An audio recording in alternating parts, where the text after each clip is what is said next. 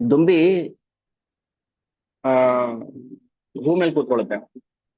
But who ಮೇಲೆ ಕುತ್ಕೊಳ್ಳೋದ್ರಿಂದ ಹೂಗೇನು ಶೋಭೆ ಬರೋದಿಲ್ಲ ಅಥವಾ ದುಂಬಿಗೇನು ಪ್ರಯೋಜನ ಆಗೋದಿಲ್ಲ. ಹೌದಾ? ಅದು ಮಲ್ಲಿಗೆ ಹೂ ಆಗಿರ್ಬೋದು, ಅದು ಗುಲಾಬಿ ಹೂ ಆಗಿರ್ಬೋದು, ಯಾವ್ದೇ ಇರ್ಬೋದು. ದುಂಬಿ ಅದ್ರ ಮೇಲೆ ಕುತ್ಕೊಂಡ್ರೆ ಪ್ರಯೋಜನ ಇಲ್ಲ. ಅಥವಾ ಹೂವಿಗೆ ಏನ್ ಹೆಗ್ಗಳಿಕೆ ಬರೋದಿಲ್ಲ, ನನ್ ಮೇಲೆ ದುಂಬಿ ಕೂತಿದೆ ಅಂತ. ಆ ರಸವನ್ನ ಹೀರ್ಬೇಕು. ಅವಾಗ ದುಂಬಿಗೂ ಲಾಭ, ಮತ್ತೆ ಹೂಗೂ ಶೋಭೆ. ನನ್ನ ರಸ ಜೇನಾಗ್ತಾ ಇದೆ ಅಂತ. ಸೊ ನಾವು ತತ್ವವನ್ನ ಗ್ರಹಿಸ್ಬೇಕು. ರಾಮಾಯಣ ಕಥೆ ಎಲ್ರಿಗೂ ಗೊತ್ತು, ಮಹಾಭಾರತ ಕಥೆ ಎಲ್ರಿಗೂ ಗೊತ್ತು. ನಾವು ಇವತ್ತಿಂದ ಇನ್ನ 15 ದಿನ, ಮಾರ್ಚ್ 27ನೇ ತಾರೀಕು ಶ್ರೀರಾಮನವಮಿ.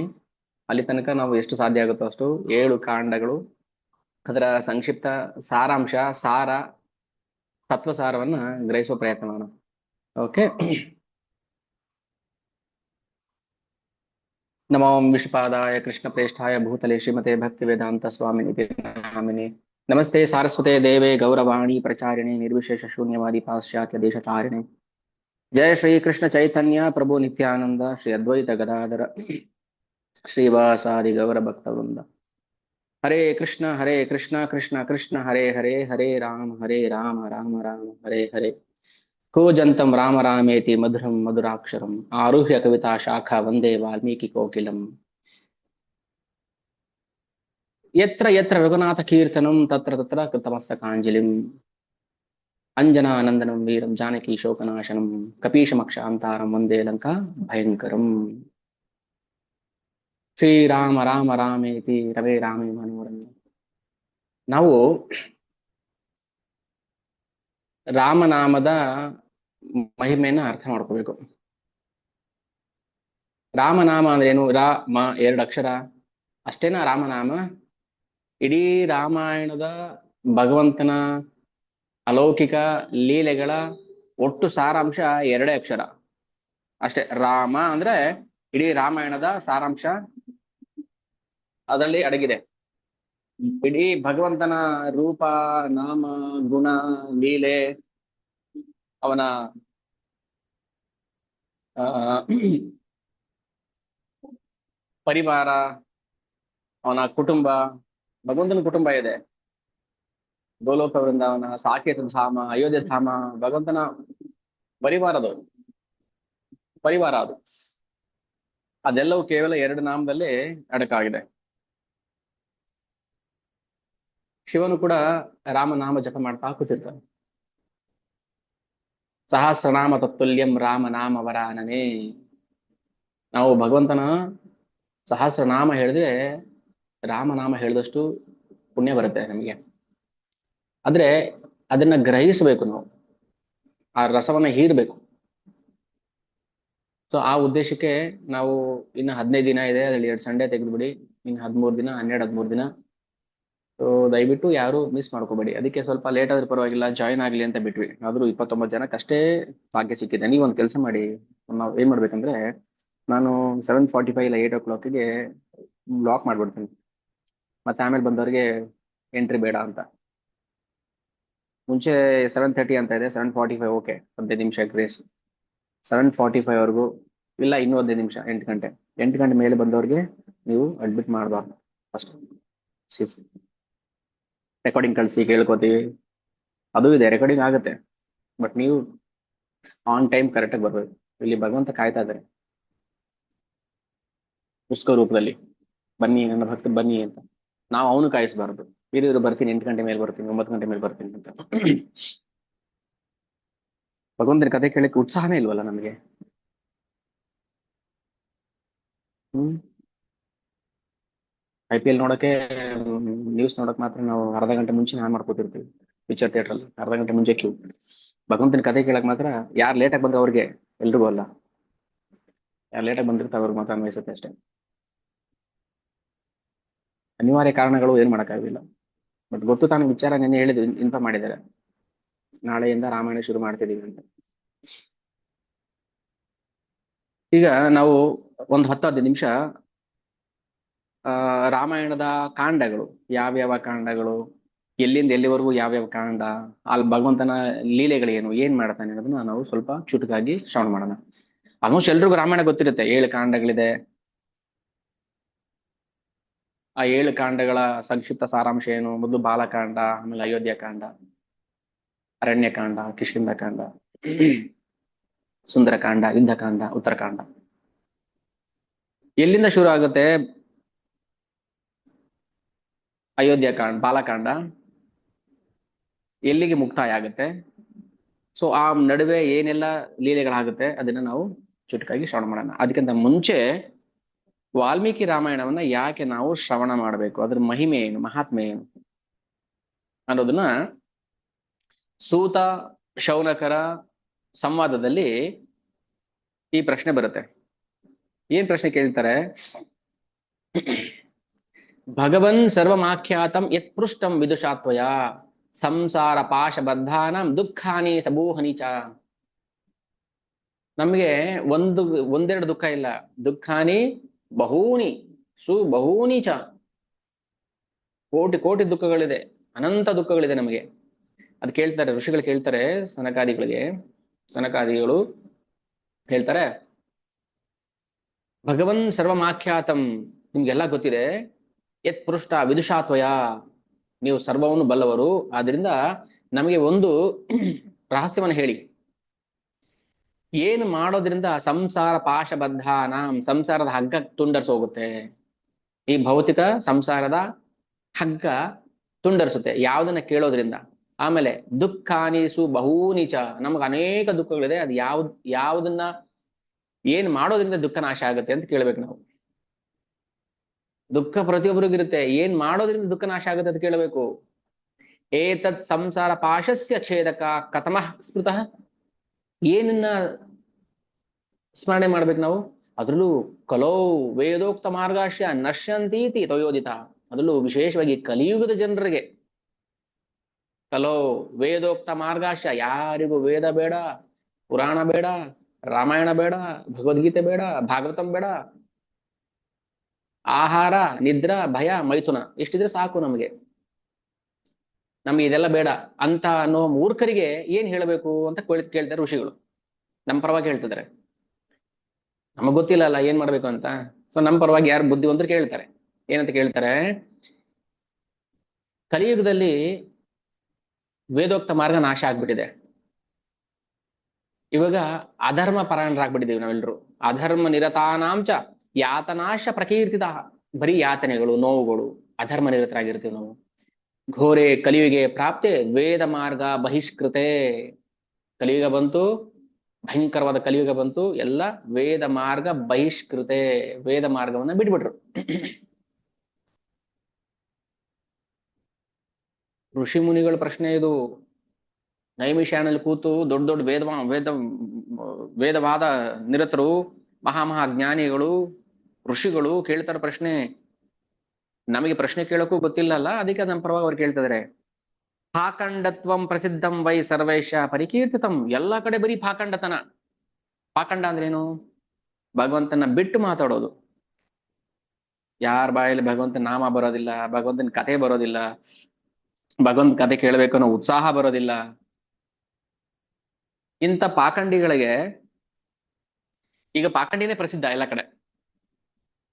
ಯಾರಾದ್ರೂ ಭಕ್ತಿ ಮಾಡ್ತಾರೆ ಅಂದ್ರೆ ಭಕ್ತಿನ ಅಂತ ಹೇಳ್ತಾರೆ. ಅದೇ ಬೇರೆ ಏನಾದ್ರೂ ಆದ್ರೆ ಇದು ಸರಿ ನಮ್ಗೆ ಕಲಿಯುಗಕ್ಕೆ ಅಂತ ಹೇಳ್ತಾರೆ. ಇದು ಪಾಖಂಡತ್ವಂ.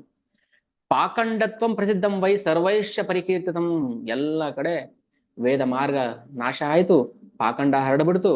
ಈಗ ಎಲ್ಲ ಜ್ಞಾನಿಗಳು ಅಜ್ಞಾನಿಗಳಾಗಿ ಕೂತ್ ಬಿಟ್ಟಿದ್ದಾರೆ ಕಲಿಯುಗದಲ್ಲಿ. ಹೇಗಿರ್ತಾರೆ ಕಲಿಯುಗ ಜನಗಳು? ನಮ್ಗೆ ಗೊತ್ತಿದೆ, ಅನುಭವ ಬಂದಿದೆ ನಮ್ಗೆ ಎಷ್ಟು ಅನುಭವ ಬಂದಿದೆ ಅಂದ್ರೆ, ಮೇಲ್ನೋಟಕ್ಕೆ ಇಡೀ ಪೂರ್ತಿ ಅಕ್ಕಿ ಬೆಂದಿದೆ, ಅನ್ನ ಬೆಂದಿದೆ ಅಂತ ನೋಡೋ ಅವಶ್ಯಕತೆ ಇಲ್ಲ. ಒಂದು ಕಾಳನ್ನ ಹೆಂಗೆ ಎಸ್ಕಿದ್ರೆ ಗೊತ್ತಾಗ್ಬಿಡುತ್ತೆ ಬೆಂದಿದೆಯೋ ಇಲ್ವೋ, ಅರೆ ಬೆಂದಿದೆಯೋ ಅಂತ. ಸೊ ಹಾಗೆ ಕಲಿಯುಗದ ಲಕ್ಷಣ ಹೇಳ್ತಾರೆ. ಕಾಮಾರ್ಥ ಹೃಸ್ವ ದೇಹಾಶ ಲುಬ್ಧ ಅನ್ಯೋನ್ಯತ್ಪರಾಹ ಕಾಲೋ ಸರ್ವೇ ಭವಿಷ್ಯಂತಿ ಸ್ವಲ್ಪಾಯುರ್ ಬಹುಪುತ್ರಕಾಹ ಸ್ತ್ರೀಯ ಸ್ವಪೋಷಣ ಪರ ವೇದಶಾಚರಣಾ ತತ್ಪರಾಹ ಪತಿವಾಕ್ಯ ಮನಾದಿರ್ತ್ಯ ಸದಾ ಅನ್ಯ ಗೃಹ ತತ್ಪರಾಹ ದುಶ್ಶೀಲೇಶು ಕರಿಷ್ಯಂತಿ ಪುರುಷೇಶು ಸದಾ ಸ್ಪೃಹಾಂ ಅಸದ್ವಾರ್ಥ ಭವಿಷ್ಯಂತಿ ಪುರುಷೇಶು ಕುಲಾಂಗನಾಃ ಪುರುಷ ಅನೃತ ಭಾಷಿಣ್ಯೋ ದೇಹ ಸಂಸ್ಕಾರ ವರ್ಜಿತಾಃ ವಾಚಾಲಶ್ಚ ಭವಿಷ್ಯಂತಿ ಕಲೌ ಪ್ರಾಯೇಣ ಯೋಷಿತಃ ಭಿಕ್ಷವಶ್ಚಾಪಿ ಮಿತ್ರಾದಿ ಸ್ನೇಹ ಸಂಬಂಧ ಯಂತ್ರಿತಾ ಅನ್ನೋ ಎಷ್ಟೊಂದಿದೆ. ಅದು ಸಾರಾಂಶ ಹೇಳ್ಬಿಡ್ತೀನಿ ಅಷ್ಟೇ, ಎಲ್ಲ ಓದೋಕೆ ಆಗದ ಕಷ್ಟ ಆಗುತ್ತೆ. ಕಲಿಯುಗದ ಜನರು ಹೇಗಿರುತ್ತೆ ಅಂದ್ರೆ, ಅವರ ದೇಹ, ಮನಸ್ಸು, ಬುದ್ಧಿ ತುಂಬಾ ಕಲ್ಮಶ ತುಂಬಿರುತ್ತಂತೆ, ಲೋಭಿಗಳಾಗಿರ್ತಾರಂತೆ. ಅಂತ ಅಲ್ಲ, ಲೋಭಿಗಳಾಗಿರ್ತಾರೆ ಅಂತ ಹೇಳ್ಬೇಕು, ಕನ್ಫರ್ಮ್ ಆಗಿ ಅಫರ್ಮೇಟಿವ್ ಸೆಂಟೆನ್ಸ್ ಇದು. ಅಂತೆ ಅಲ್ಲ,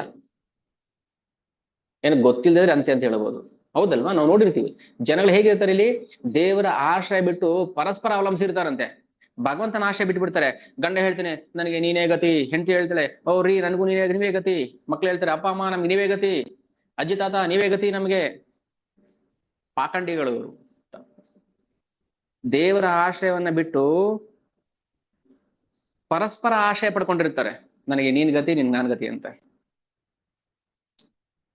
ಆಮೇಲೆ ಪತಿವಾಕ್ಯ ಮನಾದೃತ್ಯ, ಗಂಡನ ಮಾತಂದ್ರೆ ಕೇವಲ ಸದಾ ಅನ್ಯ ಗೃಹ ತತ್ಪರ, ಇನ್ನೊಬ್ರ ಬಗ್ಗೆ ಮಾತಾಡೋದು. ನೋಡ್ರಿ ಪಕ್ಕದ ಮನೆ ಏನಾಯ್ತಂತ ಗೊತ್ತಾ, ಸದಾ ನಾವ್ ಹೇಳಿದ್ರೆ ಅದು ನಮ್ಗೆ ಇದು ಉತ್ಪ್ರೇಕ್ಷೆ ಅನ್ಸ್ಬಿಡ್ಬೋದು. ಋಷಿಗಳು ಹೇಳ್ತಿದಾರಲ್ವಾ, ನಾವು ಸುಮ್ಮನೆ ಕೇಳಿಸ್ಕೋಬೇಕು. ಹೌದು ಹೌದು ನಿಜ ಅವ್ರು ಹೇಳ್ತಾ ಇರೋದು ಅಂತ. ಇಲ್ಲ ನಾವ್ ಮಾತಾಡೋದಿಲ್ಲ ಕಂಡವ್ರ ಬಗ್ಗೆ, ಯಾರೋ ಕೆಲವ್ರು ಇರ್ತಾರೆ ಅಷ್ಟೇ. ನಾವಾಯ್ತು, ಕೃಷ್ಣ ಆಯ್ತು, ಭಕ್ತಿ ಆಯ್ತು ಅಂತ ಇರೋರು ಕೆಲವ್ರು ಇರ್ತಾರೆ. ಬಹು ಜನಗಳಿಗೆ ಏನಂದ್ರೆ ಪತಿವಾಕ್ಯ ಅನಾದೃತ್ಯ, ಸದಾ ಅನ್ಯ ಗೃಹ ತತ್ಪರ, ಇನ್ನೊಬ್ರ ಬಗ್ಗೆನೇ ಯೋಚನೆ. ಅಯ್ಯೋ ಅವ್ರ ಮನೇಲಿ ಹಿಂಗಂತರಿ, ಹಿಂಗಂತೆ ಹಂಗಂತೆ, ಅವ್ರ ಮಕ್ಕಳ ಹಂಗಂತೆ, ಇವ್ರು ಹಿಂಗಂತೆ. ದುಶ್ಶೀಲೇಶು ಕರಿಷ್ಯಂತಿ ಪುರುಷೇಶು ಸದಾ ಸ್ಪೃಹಂ.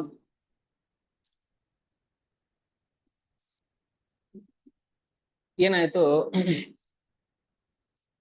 ಬರೀ ಮಾತೆ ಈಗ ವೇದ ಆಗ್ಬಿಡುತ್ತೆ. ವಾಚಾಲಶ್ಯ ಭವಿಷ್ಯಂತಿ ಕಲವು ಪ್ರಾಯೇಣ ಯೋಷಿತಃ. ಯಾರು ಮಾತಾಡ್ತಾರೆ ಅವನೇ ವಿದ್ವಾಂಸ, ಅವನು ಮಹಾ ದೊಡ್ಡ ವ್ಯಕ್ತಿ. ಶರೀರವನ್ನ ಸಂಸ್ಕಾರ ಕೊಡೋ ಯೋಗ್ಯತೆ ಇಲ್ಲ ಅಂತ. ಶರೀರಕ್ಕೆ ಏನ್ ಸಂಸ್ಕಾರ ಕೊಡ್ಬೇಕೋ ಅಷ್ಟು ಅದು ಕೊಡೋದು. ಜಿಮ್ಗೆ ಹೋಗ್ತಾರೆ, ಇದು ಶರೀರಕ್ಕೆ ಕೊಡೋ ಸಂಸ್ಕಾರ ಅಲ್ಲ ಅದು. ದೇಹದಲ್ಲಿ 12 ಭಾಗದಲ್ಲಿ ನಾವು ತಿಲಕವನ್ನು ಹಚ್ಬೇಕು, ದೇವರ ಗುಡಿ ಅದು. ದೇಹ ದೇವರ ಗುಡಿ. ಸುಸಂಸ್ಕೃತಿಯಿಂದ ಮಾತಾಡಕ್ ಬರೋದಿಲ್ಲ, ಭಗವಂತನ ಬಗ್ಗೆ ಮಾತಾಡಕ್ ಬರೋದಿಲ್ಲ, ಅದ್ಬಿಟ್ಟು ಬೇರೆ ಎಲ್ಲ ಮಾತಾಡ್ತೀವಿ. ಆಮೇಲೆ ಸನ್ಯಾಸಿಗಳು ಏನ್ ಮಾಡ್ತಾರೆ, ಬೀದಿಗೆ ಬರ್ತಾರೆ, ನಮ್ಮ ಕುಲದವರಿಗೆ ಮುಖ್ಯಮಂತ್ರಿ ಪದವಿ ಕೊಡಬೇಕು, ನಮ್ಮ ಆ ಮಠದವರಿಗೆ ಉಪಮುಖ್ಯಮಂತ್ರಿ ಪದವಿ ಕೊಡಬೇಕು ಅಂತ ಬರ್ತಾರೆ. ನಾವ್ ಹೇಳಿದ್ರೆ ಬೇಜಾರಾಗುತ್ತೆ. ಅದಕ್ಕೆ ನಾವು ಋಷಿಗಳು ಹೇಳ್ತಿದ್ದಾರೆ, ಋಷಿಯು ಆಚ, ಋಷಿಗಳು ಹೇಳ್ತಾ ಅದನ್ನ ನಾವ್ ಹೇಳ್ತಾರೆ. ಪಾಖಂಡಾಲ ಪನಿರತ ಪಾಖಂಡ ಜನಸಂಗಿನ. ಪಾಖಂಡ ಅಂದ್ರೆ ಭಗವಂತನ ಬಗ್ಗೆ ಬಿಟ್ಟು ಮಾತಾಡೋದು. ಭಗವಂತನ ಬಗ್ಗೆ ಮಾತಾಡಲ್ಲ, ಅದು ಬಿಟ್ಟು ಇನ್ನೆಲ್ಲ ಮಾತಾಡ್ತಾರೆ. ಸೊ ಇಂಥ ಜನಗಳು ಪಾಖಂಡ ಜನಸಂಗಿನ ಅಂತವ್ರೆ ಫ್ರೆಂಡ್ಸ್. ಯದಾ ದ್ವಿಜಾ ಭವಿಷ್ಯಂತಿ ತದಾ ವೃದ್ಧಿಂ ಗತಃ ಕಲಿಹಿ. ಸೊ ಅವಾಗೇನಾಯ್ತು, ಒಬ್ರಿಗೊಬ್ರಿಗೂ ಕಾಂಪಿಟೇಷನ್ ಬಂತು. ಬ್ರಾಹ್ಮಣರೇ ದ್ವಿಜ, ಯದಾ ದ್ವಿಜಾ ಭವಿಷ್ಯಂತಿ ತದಾ ವೃದ್ಧಿಂ ಗತಃ ಕಲಿಹಿ. ಈ ಕಲಿಯುಗದಲ್ಲಿ ಬ್ರಾಹ್ಮಣರು ಅಂತ ಅನ್ಸ್ಕೊಂಡಿರೋರು, ಜನ್ವಾರ ಹಾಕೊಂಡಿರೋರು, ಅವ್ರೇನ್ ಮಾಡ್ತಾರೆ, ಪರಸ್ಪರ ಹೊಡೆದಾಡ್ತಾರೆ. ಅವಾಗ ಅನ್ಕೋಬೇಕು, ಓಹೋ ಕಲಿಯುಗ ಪ್ರಾರಂಭ ಆಗ್ಬಿಟ್ಟಿದೆ ಅಂತ. ಘೋರೆ ಕಲಿಯುಗೆ ಬ್ರಹ್ಮನ್ ಜನಾನಾಂ ಪಾಪ ಕರ್ಮಿಣಾಂ. ಕಲಿಯುಗದ ಎಲ್ಲರೂ ಪಾಪಗಳೇ ಮಾಡ್ತಾರೆ. ಮನಶುದ್ಧಿ ವಿಹೀನಾನಾಂ. ಯಾರು ಮನಸ್ಸು ಶುದ್ಧಿನೇ ಇಲ್ಲ, ಮನಸ್ಸು ಶುದ್ಧಿ ಇಲ್ಲ ಯಾರಿಗೂ, ಯಾಕಂದ್ರೆ ಭಗವಂತ ನಾಮ ಹೇಳ್ತಾ ಇಲ್ಲ. ನಿಷ್ಕೃತಿಶ್ಚ ಕಥಂ ಭವೇತ್. ಅಲ್ಲ ಬ್ರಾಹ್ಮಣರೇ ಈಗ ಭಗವಂತನ ಬಗ್ಗೆ ಹೇಳ್ತಾ ಇಲ್ಲ ಅಂದ್ರೆ ಇನ್ನ ಬೇರೆಯವ್ರ ಕಥೆ ಏನಾಗ್ಬೇಕು? ಅಂತ ಜನರ ಮುಕ್ತಿ ಹೇಗಾಗ್ಬೇಕು? ಇದು ವರ್ಸ್ಟ್, ಮೋಸ್ಟ್ ಡಿಗ್ರೇಡೆಡ್ ಯುಗ ಕಲಿಯುಗ. ಯಾರಿಗೂ ಬೇಡದಾಗಿರೋಂತ ಅಸಹ್ಯ ಯುಗ ಇದು ಕಲಿಯುಗ. ಇಲ್ಲಿ ಬಂದು ಸಿಕ್ಕಾಕೊಂಡಿದೀವಿ ನಾವೀಗ. ಇಂಥ ಜನರ ಉದ್ಧಾರ ಹೇಗೆ ಸ್ವಾಮಿ ಹೇಳಿ ಅಂತ ಕೇಳ್ತಿದ್ದಾರೆ ಶೌನಕಾದಿಗಳು. ಹೇಳ್ತಾರೆ, ಹಾಗಾದ್ರೆ ನಮಗೆ ಭಗವಂತನ ಕಥೆಯನ್ನ ಹೇಳಿ. ಯಥಾ ತುಷ್ಯತಿ ದೇವೇಶು ದೇವದೇವೋ ಜಗದ್ಗುರು ತಥೋ ವದಸ್ವ ಸರ್ವಜ್ಞ ಸೂತ ಧರ್ಮ ಭೃತಾಮರಃ. ಶೌನಕಾದಿಗಳು ಕೇಳ್ತಾ ಇದಾರೆ, ಓ ಸೂತ ಪುರಾಣಿಕರೇ, ದಯವಿಟ್ಟು ನಮಗೆ ಭಗವಂತ ದೇವದೇವನ ಬಗ್ಗೆ ಹೇಳಿ, ಜಗದ್ಗುರು ಬಗ್ಗೆ ಹೇಳಿ. ಅವಾಗ ನಮ್ಮ ಮನಸ್ಸು ಯಥಾ ತುಷ್ಯತಿ, ಆನಂದ ಆಗುತ್ತೆ. ಭಗವಂತನ ಕತೆ ಕೇಳಬೇಕು, ನಮ್ಗೆ ಆನಂದ ಆಗುತ್ತೆ ಅಂತ ಹೇಳ್ತಿದ್ದಾರೆ. ಸೂತ ಪ್ರಾಣಿಗಳು ಇಷ್ಟೆಲ್ಲ ಹೇಳಿದ್ದು, ಪ್ರಶ್ನೆ ಕೇಳಿದ್ದು ಶೌನಕಾದಿಗಳು ಋಷಿಗಳು ಸೂತ ಪ್ರಾಣಿಕರನ್ನ ಕೇಳ್ತಾರೆ. ಅವ್ರು ಹೇಳ್ತಾರೆ, ಸೂತ ಪ್ರಾಣಿಗರು, ನಾನು ನಿಮಗೆ ಒಂದು ಮಹಾಕಾವ್ಯದ ಬಗ್ಗೆ ಹೇಳ್ತೀನಿ. ಆ ಮಹಾಕಾವ್ಯವನ್ನ ಯಾರು ಕನ್ಸಲ್ಲೂ ನೆನ್ಸ್ಕೊಳ್ತಾರಲ್ಲ, ಅವ್ರ ಪಾಪನಾಶ ಆಗತ್ತೆ. ನೀವು ಓದೋದು ಬೇಡ, ಕನಸಲ್ಲೇ ನೆನ್ಸ್ಕೊಂಡ್ರು ಕೂಡ ಅವ್ರ ಪಾಪನಾಶ ಆಗತ್ತೆ. ರಾಮಾಯಣ ಮಹಾಕಾವ್ಯ.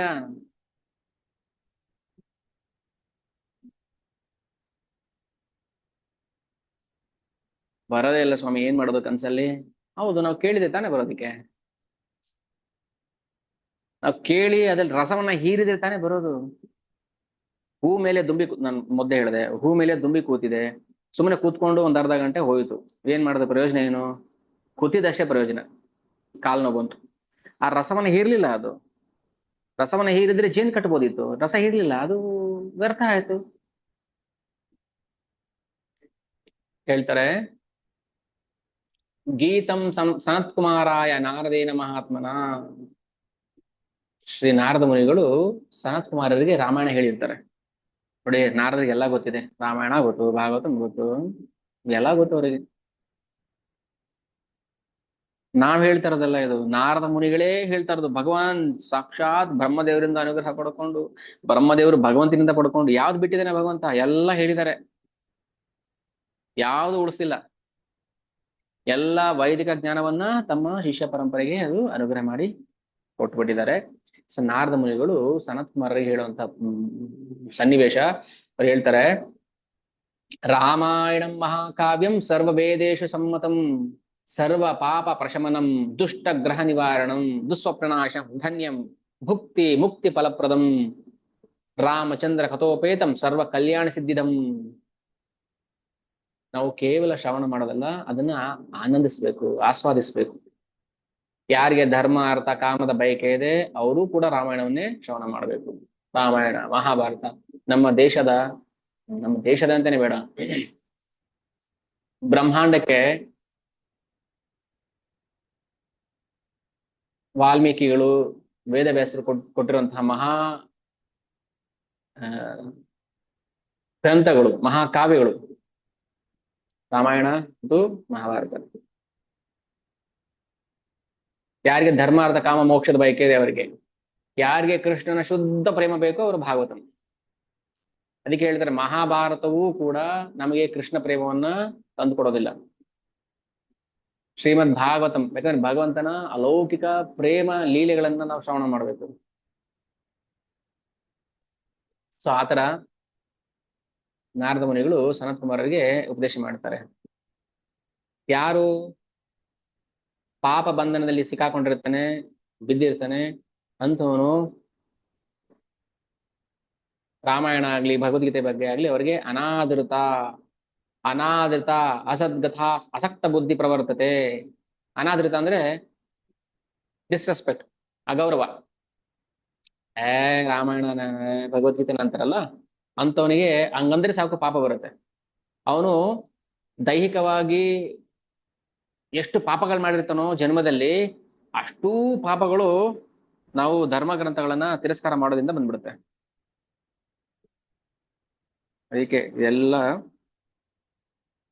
ನಮ್ಮನ್ನ ಎಷ್ಟು ಪಾಪಿಗಳನ್ನಾಗಿ ಮಾಡ್ತಾ ಇದೆ. ಅನಾದೃತ ಮಾಡ್ತಾ ಇದೀವಿ ನಾವು, ನಮ್ಗೆ ಗೊತ್ತಿಲ್ಲ, ನಮ್ಗೆ ಅದ್ರ ಬಗ್ಗೆ ಅದ್ರ ಮಹಿಮೆ ಗೊತ್ತಿಲ್ಲ ನಮ್ಗೆ. ಅದನ್ನ ನೋಡಿದ ತಕ್ಷಣ ಕಣ್ಣು ಗೊತ್ಕೊಂಡು ಅದಕ್ಕೆ ದಂಡವತ್ ನಮಸ್ಕಾರ ಮಾಡ್ಬೇಕು. ರಾಮಾಯಣ ಭಗವದ್ಗೀತಾ ಭಾಗವತಂ ಆ ಶಬ್ದ ಕೇಳಿದ ತಕ್ಷಣ ನಮಸ್ಕಾರ ಮಾಡ್ಬೇಕು. ನಾವು ನೋಡಿದೀವಿ, ಶ್ರೀಮದ್ ಭಾಗವತಂ ಅಂದ ತಕ್ಷಣ ಕೆನ್ನೆ ಕಿವಿ ಮುಟ್ಕೊಳ್ತಾರೆ, ನಮಸ್ಕಾರ ಪ್ರಣಾಮ ಅಂತ. ಶಬ್ದ ಕೇಳಿದ ತಕ್ಷಣ ಓದೋದಲ್ಲ. ನಾವೆಲ್ಲರೂ ತಿಳ್ಕೊಬೇಕಿದನ್ನ. ಯಾರಾದ್ರೂ ನಾಳೆ ಹೇಳಿದಾಗ ಏನ್ ಹಿಂಗ್ ಮಾಡ್ತೀರಾ, ಅಯ್ಯೋ ಹೇಳಿದ್ರು ಕ್ಲಾಸಲ್ಲಿ ದಿನ ಭಾಗವತಂ ರಾಮಾಯಣ ಭಗವದ್ಗೀತಾ ಶಬ್ದ ಕೇಳಿದ ತಕ್ಷಣ ನಾವು ಭಗವಂತನಿಗೆ ನಮಸ್ಕಾರ ಮಾಡ್ಬೇಕು, ದಂಡವತ್ ನಮಸ್ಕಾರ ಮಾಡ್ಬೇಕು. ಇದು ಮಹಿಮೆ. ರಾಮಾಯಣ ಕಾವ್ಯ ಮಹಾಕಾವ್ಯದ ಒಂದು ದಿವ್ಯ ಮಹಿಮೆ. ಸೊ ಯಾರು ಅಸತ್ ಅಸದ್ಗಾತ, ಅಸದ್ಗಾತ ಅಂದ್ರೆ ಏನಂದ್ರೆ ಬೇರೆ ಬೇರೆ ಕಥೆಗಳನ್ನ ಕೇಳೋದು. ಹ್ಮ್ ಸದಾ ಅನ್ಯ ಗೃಹ ತತ್ಪರ, ಯಾವಾಗ್ಲೂ ಇನ್ನೊಬ್ರ ಮನೆ ಬಗ್ಗೆನೇ ಕೇಳ್ತಾ ಕೂತಿರೋದು, ಬೇರೆ ಇನ್ನೇನ್ ಕೆಲಸ ಇರೋದಿಲ್ಲಲ್ಲ. ಅಸದ್ಗಾತ, ಇಂಥವನು ಪಾಪಗಳಲ್ಲಿ ಬಿದ್ದಿರ್ತಾನೆ ಅಂತ ಅರ್ಥ. ಅದಕ್ಕೆ ಯಾರು ಭಗವಂತನ ನಾಮವನ್ನ ಜಪ ಮಾಡ್ತಾರೆ, ವಿಶೇಷವಾಗಿ ಕಲಿಯುಗದಲ್ಲಿ ಹರಿನಾಮ, ತಾ ಏವ ಕೃತಕೃತ್ಯಾಶ ನಾ ಕಲಿರ್ಬಾಧತೆ ಹಿತಾನ್.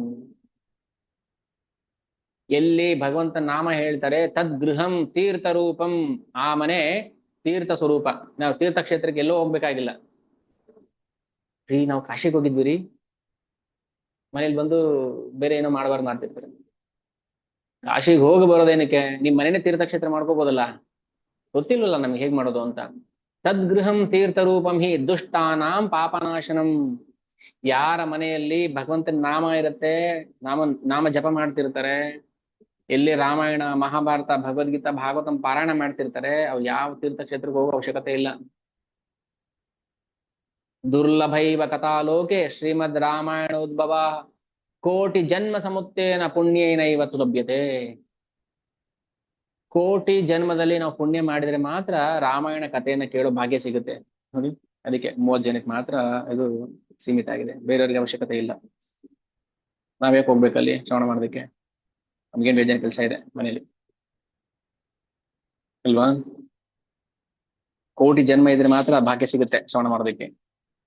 ಶವನಕಾದಿಗಳು ಸೂತ ಪುರಾಣಿಕರನ್ನು ಕೇಳ್ತಿದಾಗ ಏನ್ ಹೇಳ್ತಾರೆ, ಕೋಟಿ ಜನ್ಮ ಸಮುತ್ತೇನ ಪುಣ್ಯೇನ ಇವತ್ತು ಲಭ್ಯತೆ. ಅದಕ್ಕೆ ರಾಮನ ಕಥೆಯನ್ನ ನಾವು ಶ್ರದ್ಧೆಯಿಂದ, ಪ್ರೀತಿಯಿಂದ, ಭಕ್ತಿಯಿಂದ ಶ್ರವಣ ಮಾಡ್ಬೇಕು. ಅದ್ರ ಮಹಿಮೆ ತುಂಬಾ ಇದೆ. ನಮಗೆ ಸಮಯ ಇರೋದೇ ಕೇವಲ 12 ದಿನ. ಎಷ್ಟು ಸಾಧ್ಯ ಆಗುತ್ತೋ ಅಷ್ಟು ನಾವು ಶ್ರವಣ ಮಾಡೋಣ. ಯಾವ್ದು ಬಿಟ್ವಿ, ಯಾವ್ದು ಹೇಳಿದ್ವಿ ಅನ್ನೋದನ್ನ ಲೆಕ್ಕ ಇಡುವ ಅವಶ್ಯಕತೆ ಇಲ್ಲ. ಯಾಕಂದ್ರೆ ಇದು ಮಹಾಕಾವ್ಯ, ಯಾವುದೂ ಸಂಪೂರ್ಣವಾಗಿ ಹೇಳಕ್ಕಾಗೋದಿಲ್ಲ. ಎಷ್ಟು ಹೇಳಕ್ಕಾಗುತ್ತೋ ಅದನ್ನೇ ಸರಿಯಾಗಿ ಅರ್ಥ ಮಾಡ್ಕೊಂಡ್ರೆ ಸಾಕು. ಓಕೆ, ಈಗ ನಾವು ಶ್ರೀಮದ್ ವಾಲ್ಮೀಕಿ ರಾಮಾಯಣ ಬಾಲಕಾಂಡ 1ನೇ ಸರ್ಗ, ಅದರಲ್ಲಿ ನಾರದ ಮುನಿಗಳು, ನಾನು ಬ್ರೀಫ್ ಆಗಿ ಹೇಳ್ಬಿಡ್ತೀನಿ, ಆಮೇಲೆ ಯಾವ್ದ್ಯಾವ್ದು ಎಕ್ಸ್ಪ್ಲೇನ್ ಮಾಡ್ಬೋದೋ ಅದನ್ನ ಎಕ್ಸ್ಪ್ಲೇನ್ ಮಾಡೋಣ. ಸೊ ನಾರದ ಮುನಿಗಳು ವಾಲ್ಮೀಕಿಗೆ ರಾಮನ ಕಥೆಯನ್ನ ಸಂಕ್ಷಿಪ್ತವಾಗಿ ವಿವರಣೆ ಮಾಡ್ತಾರೆ. 1ನೇ ಸರ್ಗದಲ್ಲಿ 100 ಶ್ಲೋಕ ಇದೆ. ಅದರಲ್ಲಿ 100 ಶ್ಲೋಕದಲ್ಲಿ ಇಡೀ ರಾಮಾಯಣ ಬಂದ್ಬಿಡುತ್ತೆ. 24,000 ಶ್ಲೋಕ ಓದೋ ಅವಶ್ಯಕತೆ ಇಲ್ಲ. 100 ಶ್ಲೋಕದಲ್ಲಿ ಎಲ್ಲವನ್ನ ಸಂಕ್ಷಿಪ್ತವಾಗಿ ವಿವರಣೆ ಮಾಡಿಬಿಡ್ತಾರೆ ನಾರದ ಮುನಿ.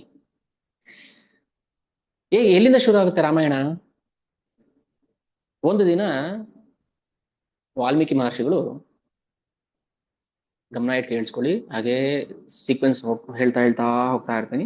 ಎಲ್ಲಿಂದ ಶುರು ಆಗುತ್ತೆ, ಎಲ್ಲಿ ಸ್ಟಾಪ್ ಆಗುತ್ತೆ ಬಾಲಕಾಂಡ, ಮಧ್ಯದಲ್ಲಿ ಏನೇನೆಲ್ಲ ಆಗುತ್ತೆ, ಗಮನ ಇಟ್ಟು ಕೇಳಿಸ್ಕೋ. ಸೊ ನಮ್ ಕಣ್ಮುಂದೆ ಅಲ್ಲಿ ಒಂದು ಪಿಕ್ಚರ್ ಪ್ರಕಟ ಆಗ್ಬೇಕು, ಧ್ಯಾನ ಸ್ಥಿತಿಯಲ್ಲಿ. ಒಂದು ದಿನ ವಾಲ್ಮೀಕಿ ಋಷಿ ತಮಸಾ ನದಿ ದಡದಲ್ಲಿ ಸ್ನಾನಕ್ಕೆ, ಸಂಧ್ಯಾ ವಂದನೆಗೆ, ಬೆಳಗಿನ ಸ್ನಾನಕ್ಕೆ ಅಂತ ಹೋಗಿರ್ತಾರೆ. ಅಲ್ಲಿ 2 ಕ್ರೌಂಚ ಪಕ್ಷಿಗಳು, ಅದು ಒಂಥರ ಕ್ರೌಂಚ ಪಕ್ಷಿ ಹೇಗಿರುತ್ತೆ ಅಂದ್ರೆ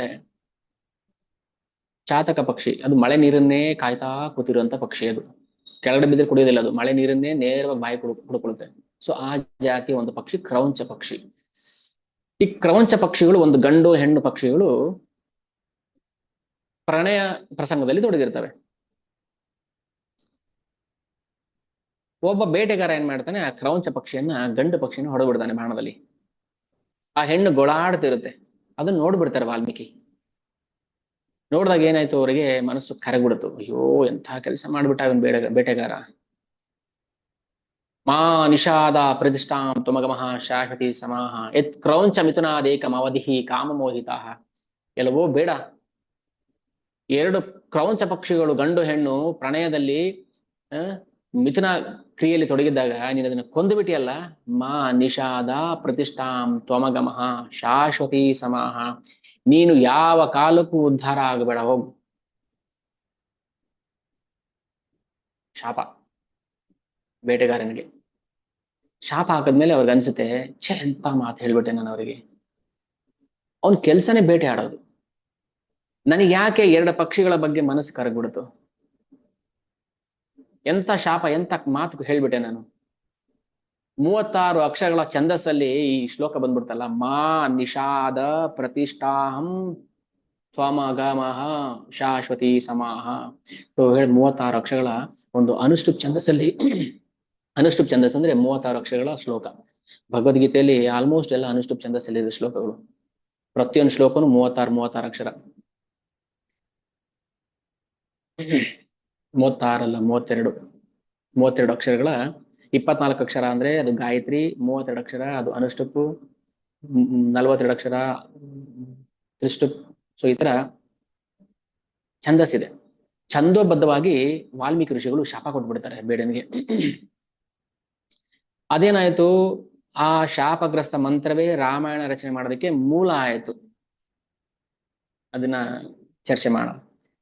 ಅದಾಯ್ತು. ಆಮೇಲೆ ಬ್ರಹ್ಮದೇವರು ಬಂದು ವಾಲ್ಮೀಕಿಗೆ ಆದೇಶ ಮಾಡ್ತಾರೆ, ನೀವು ರಾಮಾಯಣವನ್ನ ರಚನೆ ಮಾಡ್ಬೇಕು ಅಂತ. ಇಲ್ಲಿ ಒಂದು ಪ್ರಶ್ನೆ ಕಾಡ್ಬೋದು ನಮ್ಮನ್ನ, ರಾಮಾಯಣ ಆದ್ಮೇಲೆ ಕಾವ್ಯವನ್ನ ರಚನೆ ಮಾಡಿದ್ರು, ಕಾವ್ಯ ರಚನೆ ಆದ್ಮೇಲೆ ರಾಮಾಯಣ ಆಯ್ತು ಅನ್ನೋದು.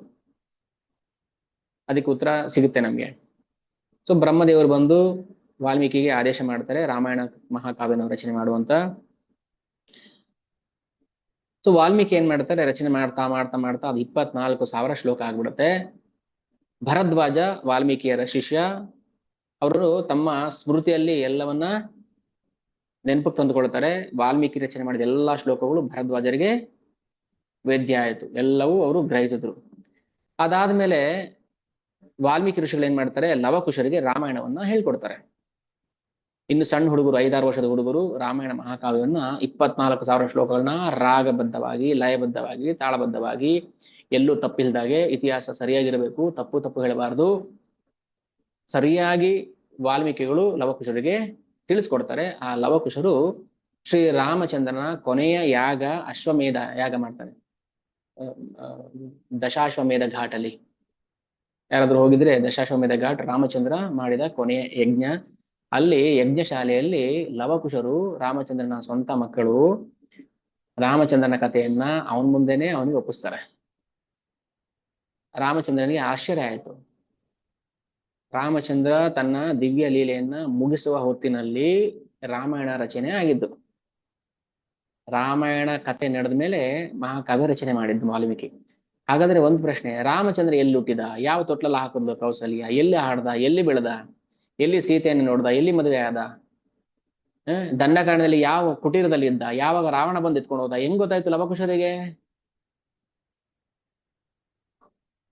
ಊಹೆ ಮಾಡ್ಬಾರ್ದ್ರ? ಊಹೆ ಮಾಡ್ಬಾರ್ದ್ರ? 5 ವರ್ಷದ ಮಕ್ಕಳು ಲವಕುಶರು ತನ್ನ ತಂದೆ ತಾಯಿಯ ಭಗವಂತನ ದಿವ್ಯ ಚರಿತ್ರೆಯನ್ನ ಹೇಗೆ ಗ್ರಹಿಸಿದ್ರು? ಆಯ್ತು ಬಿಡಿ, ಮಕ್ಕಳು ವಾಲ್ಮೀಕಿ ಹೇಳ್ಕೊಟ್ರು. ವಾಲ್ಮೀಕಿಗೆ ಹೇಗೆ ಗೊತ್ತಾಯ್ತು? ವಾಲ್ಮೀಕಿ ಎಲ್ಲೋ ಇದ್ರು, ರಾಮಚಂದ್ರ ಎಲ್ಲೋ ಇದ್ರು. ಅವನು ಮಾಡಿರೋಂಥ ಲೀಲೆಗಳು ವಾಲ್ಮೀಕಿ ಮಹರ್ಷಿಗಳಿಗೆ ಹೇಗೆ ಗೊತ್ತಾಯ್ತು?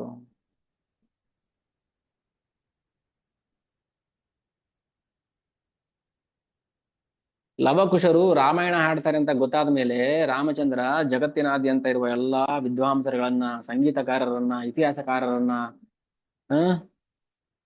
ವ್ಯಾಕರಣಕಾರರನ್ನ, ಬ್ರಾಹ್ಮಣರನ್ನ, ಪುರೋಹಿತರನ್ನ ಎಲ್ಲರನ್ನ ಕರೆಸಿರ್ತಾನೆ. ಒಬ್ರಿಗೂ ಒಂದು ತಪ್ಪು ಸಿಗ್ಲಿಲ್ಲ ಅದರಲ್ಲಿ. ರಾಮ ಸೀತೆ ಏಕಾಂತದಲ್ಲಿದ್ದಾಗ ಜಯಂತ ಬಂದು ಕಾಗೆ ರೂಪದಲ್ಲಿ ಸೀತಾಮಾತೆಯ ದೇಹವನ್ನ ಕುಕ್ಕಿ ಹೋಗಿರ್ತಾನೆ ಏಕಾಂತದಲ್ಲಿದ್ದಾಗ. ಅದು ಹೇಗೆ ಕಂಡ್ರು ವಾಲ್ಮೀಕಿ?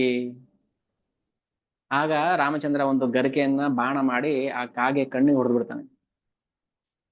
ಇದೆಲ್ಲ ಕಥೆಗಳು ಹೇಗೆ ಗೊತ್ತಾಯ್ತು ಅನ್ನೋದು ಪ್ರಶ್ನೆ ನಮ್ ಕಾಡ್ಬೋದು. ಅದಕ್ಕೆಲ್ಲ ಉತ್ತರ ಸರಳವಾಗಿದೆ. ಭಗವಂತನ ಅನುಗ್ರಹ ಇದ್ರೆ ಅದಕ್ಕೆ ಯಾವ್ದು ಕಣ್ಣಿಗೆ ಕಾಣಿಸುತ್ತೋ, ಕಣ್ಣಿಗೆ ಕಾಣಿಸೋದಿಲ್ವೋ ಎಲ್ಲವೂ ಸ್ಪಷ್ಟವಾಗಿ ಗೋಚರ ಆಗುತ್ತೆ. ಯಾರು ಹೇಳಿದ್ರು, ಯಾರು ನೋಡಿದ್ರು, ಏನು ಎತ್ತ, ಅವೆಲ್ಲ ಕಥೆಗಳು ಕೇಳ್ತೀವಲ್ಲ ನಾವು. ಅದಕ್ಕೆಲ್ಲ ರಾಮಾಯಣದಲ್ಲಿ ವಾಲ್ಮೀಕಿಗಳು ಉತ್ತರ ಕೊಡ್ತಾರೆ. ಆಮೇಲೆ ದಶರಥನ ಅಯೋಧ್ಯೆ ರಾಜ್ಯ ಹೇಗಿತ್ತು ಅನ್ನೋದ್ರ ಬಗ್ಗೆ ಒಂದು ಚುಟುಕಾಗಿ ವರ್ಣನೆ. ಆ ಕಾಲಕ್ಕೆ ಆ ರಾವಣ ಮಹಾವೀರ, ಅವನು ಎಲ್ಲರನ್ನು ಸೋಲ್ಸ್ಕೊಂಡು ಬಂದಿರ್ತಾನೆ. ಅಷ್ಟೇನು ದೇವತೆಗಳು ಅವನ ಕಾಲು ಬಿದ್ದಿರ್ತಾರೆ, ಹೌದಲ್ಲ? ಅಷ್ಟ ದಿಕ್ಪಾಲಕರಾಗಿ ಇಟ್ಕೊಂಡ್ಬಿಟ್ಟಿರ್ತಾನೆ ದೇವತೆಗಳನ್ನ. ಆದ್ರೆ ಅಯೋಧ್ಯೆಗೆ ಮುಟ್ಟಕ್ಕಾಗಿಲ್ಲ ಅವನು. ಒಂದು ಅಯೋಧ್ಯೆ ಮುಟ್ಲಿಲ್ಲ, ಇನ್ನೊಂದು ಕಾರ್ತ ವೀರ್ಯಾರ್ಜುನ್ ಮುಟ್ಲಿಲ್ಲ. ಇನ್ನೊಬ್ಬ ವಾಲಿನ ಮುಟ್ಟಕ್ಕಾಗತ್ತಾ ರಾವಣನ ಕೈಯಲ್ಲಿ? ಅಲ್ಲಿ ಏನಿದೆ ಕಿಷ್ಕಿಂಧೆಯಲ್ಲಿ? ಬೆಟ್ಟ ಗುಡ್ಡ ಇದೆ, ಅಲ್ಲಿ ಅಟ್ಯಾಕ್ ಮಾಡಿಲ್ಲ. ಈ 3 ಜಾಗ ಬಿಟ್ಟು ದೇವಲೋಕವನ್ನು ಕೂಡ ಆಕ್ರಮಣ ಮಾಡಿರ್ತಾನೆ ರಾವಣ. ಯಾಕೆ ಈ 3 ಜಾಗವನ್ನ ಬಿಟ್ಟಿದ್ದ? ದೇವತೆಗಳನ್ನ ಗೆದ್ದಿರೋವನಿಗೆ ದಶರಥನ್ ಗೆಲ್ಲಕ್ ಆಗ್ತಿರ್ಲಿಲ್ವಾ? ಆಗ್ತಿರ್ಲಿಲ್ಲ ಅವನ ಕೈಯಲ್ಲಿ. ಯಾಕೆ? ಅದ್ರ ಬಗ್ಗೆ ವರ್ಣನೆ ಮಾಡೋಣ. ನಾವ್ ಹೇಳ್ತೀವಿ ರಾಮರಾಜ್ಯ ರಾಮರಾಜ್ಯ ಅಂತ. ಹೇಗಿತ್ತು ರಾಮರಾಜ್ಯ? ಯಾರಿಗ್ ಗೊತ್ತು? ನಾವ್ ರಾಮಾಯಣ ಓದಿಲ್ಲ, ನಮ್ಗೆ ಗೊತ್ತಿಲ್ಲ. ಹೇಳ್ತಿದ್ರು ರಾಜಕೀಯ ವ್ಯಕ್ತಿಗಳು ರಾಮರಾಜ್ಯ ಮಾಡ್ಬಿಡ್ತೀವಿ ಅಂತ, ಅದಷ್ಟೇ ಕೇಳಿದ್ವಿ ನಾವು. ಹೇಗಿತ್ತು ರಾಮರಾಜ್ಯ ಅನ್ನೋದನ್ನ ವರ್ಣನೆ ಮಾಡ್ತಾರೆ ವಾಲ್ಮೀಕಿ ಮಹರ್ಷಿ. ದಶರಥ ರಾಜ್ಯಭಾರ ಮಾಡ್ಬೇಕಾದ್ರೆ ಅಲ್ಲಿನ ಜನರ ಜೀವನ ಹೇಗಿತ್ತು? ಯಾರು ಕೂಡ ಅಕಾಲಿಕ ಮೃತ್ಯುವನ್ನ ಹೊಂದ್ತಾ ಇರ್ಲಿಲ್ಲ. ಯಾರು ದೊಡ್ಡವ್ರ ಮುಂದೆ ಚಿಕ್ಕವ್ರು ಸಾಯ್ತಿರ್ಲಿಲ್ಲ. ಯಾರು ರೋಗ ರುಜಿನ ಬರ್ತಿರ್ಲಿಲ್ಲ. ಯಾರು ಸಾಲ್ಗಾರರಾಗ್ತಿರ್ಲಿಲ್ಲ. ಯಾರು ಕಳ್ಳರು ಕದಿಮರು ಇರ್ತಿರ್ಲಿಲ್ಲ. ಅಂತ ರಾಜ್ಯ ದಶರಥ ಮಹಾರಾಜ ರಾಜ್ಯಭಾರ ಮಾಡ್ಬೇಕಾದ್ರೇನೇ ಇತ್ತು. ಅದನ್ನ ವರ್ಣನೆ ಮಾಡುತ್ತೆ ವಾಲ್ಮೀಕಿ ರಾಮಾಯಣ. ಅವನ ಜೊತೆ 8 ಜನ ಅಮಾತ್ಯರು ಇದ್ರು. ಅದರಲ್ಲಿ ವಸಿಷ್ಠರು, ವಾಮದೇವರು, ಜಾಬಾಲಿ. ಇದ್ರ ಬಗ್ಗೆ ನಾನು ಹೇಳಿದ್ದೆ, ಯಾರಿಗೆ ನೆನಪಿದೆ ಗೊತ್ತಿಲ್ಲ. ಜಾಬಾಲಿ ಸತ್ಯಕಾಮ ದಶರಥನ ಅಮಾತ್ಯ. 8 ಜನ ಮುಖ್ಯ ಸೇವಕರು ರಾಜನಿಗೆ. ಅವರ ಗುಣಗಳು ಹೇಗಿತ್ತು? ಇಂಗಿತಜ್ಞರು ಅವರು. ಸುಮ್ಮನೆ ದಶರಥ ಕಣ್ಣು ಮುಚ್ಚಿದ್ರೆ ಅದರ್ಥ, ಕಣ್ ಬಿಟ್ರೆ ಒಂದರ್ಥ, ಕಣ್ಣು ಹುಬ್ಬು ಕೊಂಗ್ಸಿದ್ರೆ ಒಂದರ್ಥ. ಇಂಗಿತಜ್ಞರು. ಬಾಯಿ ಬಿಟ್ಟು ಹೇಳೋ ಅವಶ್ಯಕತೆ ಇರ್ತಿರ್ಲಿಲ್ಲ. ನೀವ್ ಬಾಯಿ ಬಿಟ್ಟು ಹೇಳಿದ್ರೆ ಅರ್ಥ ಆಗಲ್ಲ. ಏನ್ರಿ ನಿಮ್ಗೆ ಏನ್ ಹೇಳಿದ್ದೆ ನಾನು, ನೆನ್ಪಿಲ್ವಾ? ಅಯ್ಯೋ ಮರ್ತೋದೆ ಕಣೆ ಅಂತ. ಗಂಡನ ಅಥವಾ ರಾಜನ ಇಂಗಿತವನ್ನ ತಿಳ್ಕೊಳ್ಳೋನು ಇಂಗಿತಜ್ಞರು. ಬಾಯಿ ಬಿಟ್ಟು ಹೇಳೋ ಅವಶ್ಯಕತೆ ಇರ್ತಿರ್ಲಿಲ್ಲ. ಅಂತ ಮೇಧಾವಿಗಳಾಗಿದ್ರು ಅಮಾತ್ಯರು. ಅವ್ರ ಬಗ್ಗೆ ವರ್ಣನೆ ಮಾಡುತ್ತೆ ವಾಲ್ಮೀಕಿ ರಾಮಾಯಣ. ಅಂತವ್ರನ್ನ ಇಟ್ಕೋಬೇಕು ಸಭೆಯಲ್ಲಿ ಅಂತ.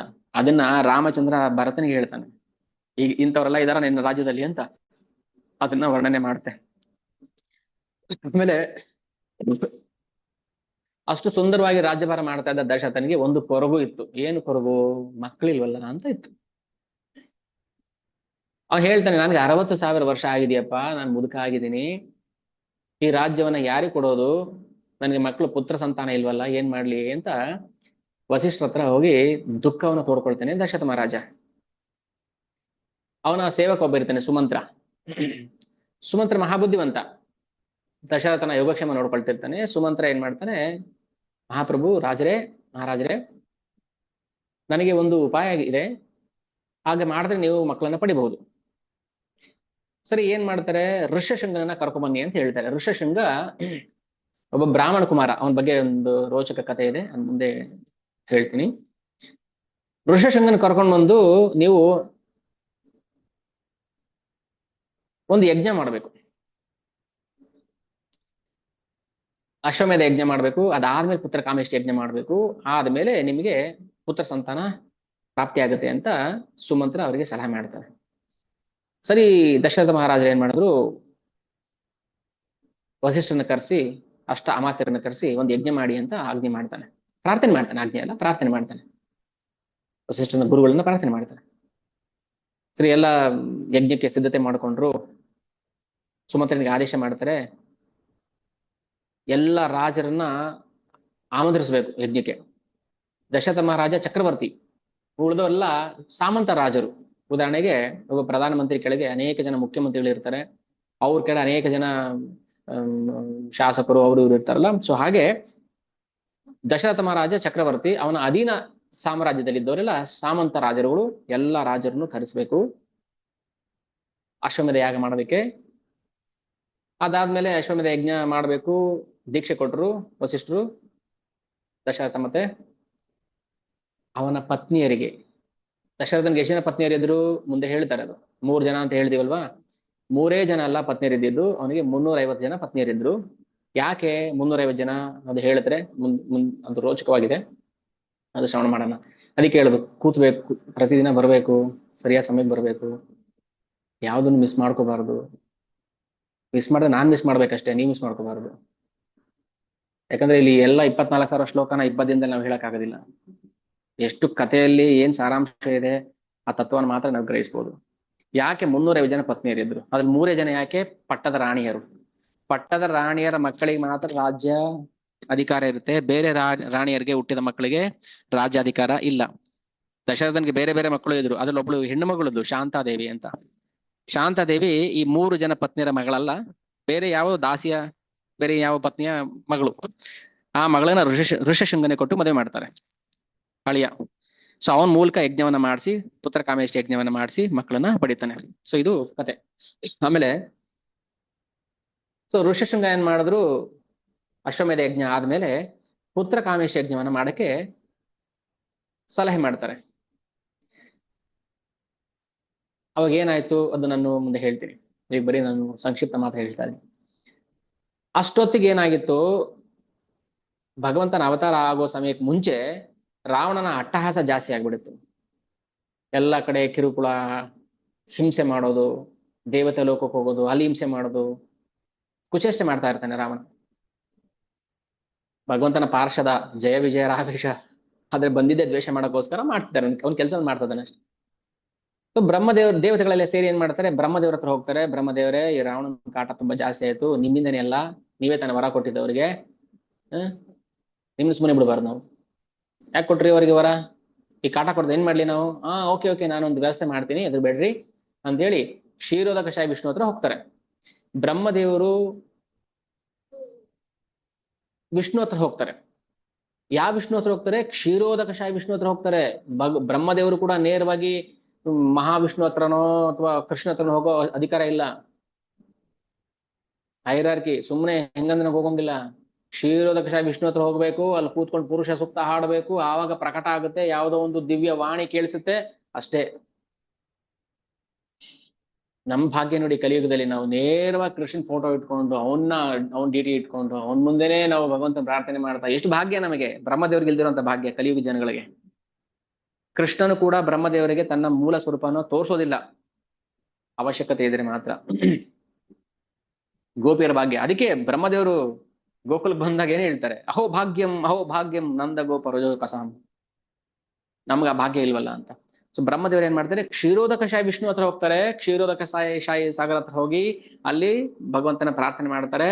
ಓ ಭಗವಂತ, ಈ ತರ ದೇವತೆಗಳಿಗೆ ತೊಂದರೆ ಆಗ್ತಾ ಇದೆ, ರಾವಣನ ಅಟ್ಟಹಾಸನ ಮಟ್ಟ ಹಾಕಬೇಕು, ಏನ್ ಮಾಡ್ಬೇಕು ಅಂತ. ಆಗ ವಿಷ್ಣು ದೇವತೆಗಳಿಗೆ ಆಶ್ವಾಸನೆ ಕೊಡ್ತಾರೆ, ಓಕೆ ಓಕೆ, ಏನಾಗಲ್ಲ, ಹೋಗಿ ನಾನು ಅದಕ್ಕೆಲ್ಲ ವ್ಯವಸ್ಥೆ ಮಾಡ್ತೀನಿ ಅಂತ. ಆಮೇಲೆ ಭಗವಂತ, ನಾನು ಆದಷ್ಟು ಬೇಗ ಮನುಷ್ಯ ರೂಪದಲ್ಲಿ ಬಂದು ನಿಮ್ಮನ್ನೆಲ್ಲ ಉದ್ಧಾರ ಮಾಡ್ತೀನಿ ಅಂತ ಹೇಳಿ ಬ್ರಹ್ಮದೇವರಿಗೆ ಆಶ್ವಾಸನೆ ಕೊಡ್ತಾರೆ. ಆ ಸಮಯಕ್ಕೆ ನೀವೆಲ್ಲರೂ, ದೇವತೆಗಳೆಲ್ಲರೂ, ಕರಡಿ, ಕೋತಿ,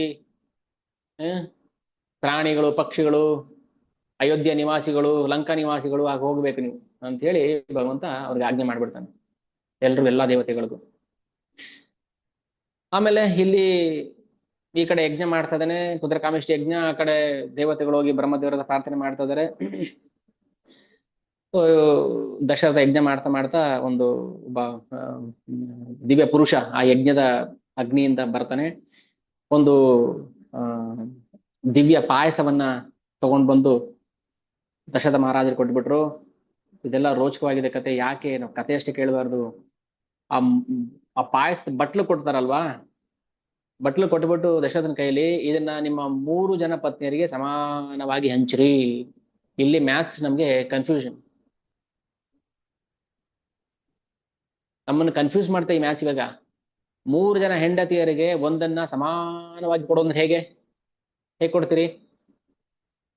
1/3.0.0333333 ಅಂತ ಹೋಗ್ತಾನೆ ಇರುತ್ತೆ. ಸಮಾನವಾಗಿ ಹೆಂಗ್ ಹಂಚೋದು ಹೇಳಿ? ಹೆಂಗ್ ಹಂಚ್ತೀರಾ? ಒಂಚೂರು ಆ ಕಡೆ ಈ ಕಡೆ ಹೆಚ್ಚು ಕಮ್ಮಿ ಆಗ್ಬಾರ್ದು, ಸಮಾನವಾಗಿ ಹಂಚು ಅಂತ ಹೇಳ್ಬಿಟ್ಟು.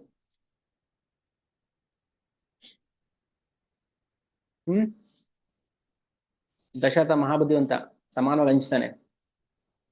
ಆದ್ರೆ ಹಂಚೋ ವಿಧಾನದಲ್ಲಿ ಸ್ವಲ್ಪ ಎಡವಟ್ಟಾಗುತ್ತೆ. ಅದನ್ನ ಹೆಂಗೆ, ಯಾಕೆ ಅನ್ನೋದು ನಾವು ಚರ್ಚೆ ಮಾಡೋಣ. ಅಷ್ಟರಲ್ಲಿ ಯೋಚನೆ ಮಾಡ್ತಾರೆ, ಒಂದು ಪಾಯಸದ ಬಾಟ್ಲನ್ನ 3 ಜನಕ್ಕೆ ಸಮಾನವಾಗಿ ಹಂಚೋದು ಅಂದ್ರೆ ಹೇಗೆ? ಉಳಿಸಬಾರದು ಮತ್ತೆ, ನನ್ಗೊಂಚೂರು ಇರ್ಲಿ ಅಂತ. ಸೊ ಆಮೇಲೆ 3 ಜನಗಳಿಗೂ ಹಂಚ್ತಾನೆ, ರಾಣಿಯರಿಗೆ. 3 ಜನ ಗರ್ಭವತಿಯರಾಗ್ತಾರೆ. ಹೇಗೆ ಹುಟ್ಟಿದ ಕ್ರಮ ಹೇಗೆ? ಮೊದಲು ಕೌಸಲ್ಯಗೆ ರಾಮ, ಆಮೇಲೆ ಚಿಕ್ಕ ಹೆಂಡತಿಗೆ. ಯಾಕೆ ಕೈಕೆ ಚಿಕ್ಕ ಹೆಂಡತಿ ಅಂತ ಹೇಳ್ತಾರೆ? ಮೊದಲು ಮದುವೆ ಆಗಿದ್ದು ಕೈಕೆ, ಆಮೇಲೆ ಸುಮಿತ್ರ ಮದುವೆ ಆಗ್ತಾರೆ.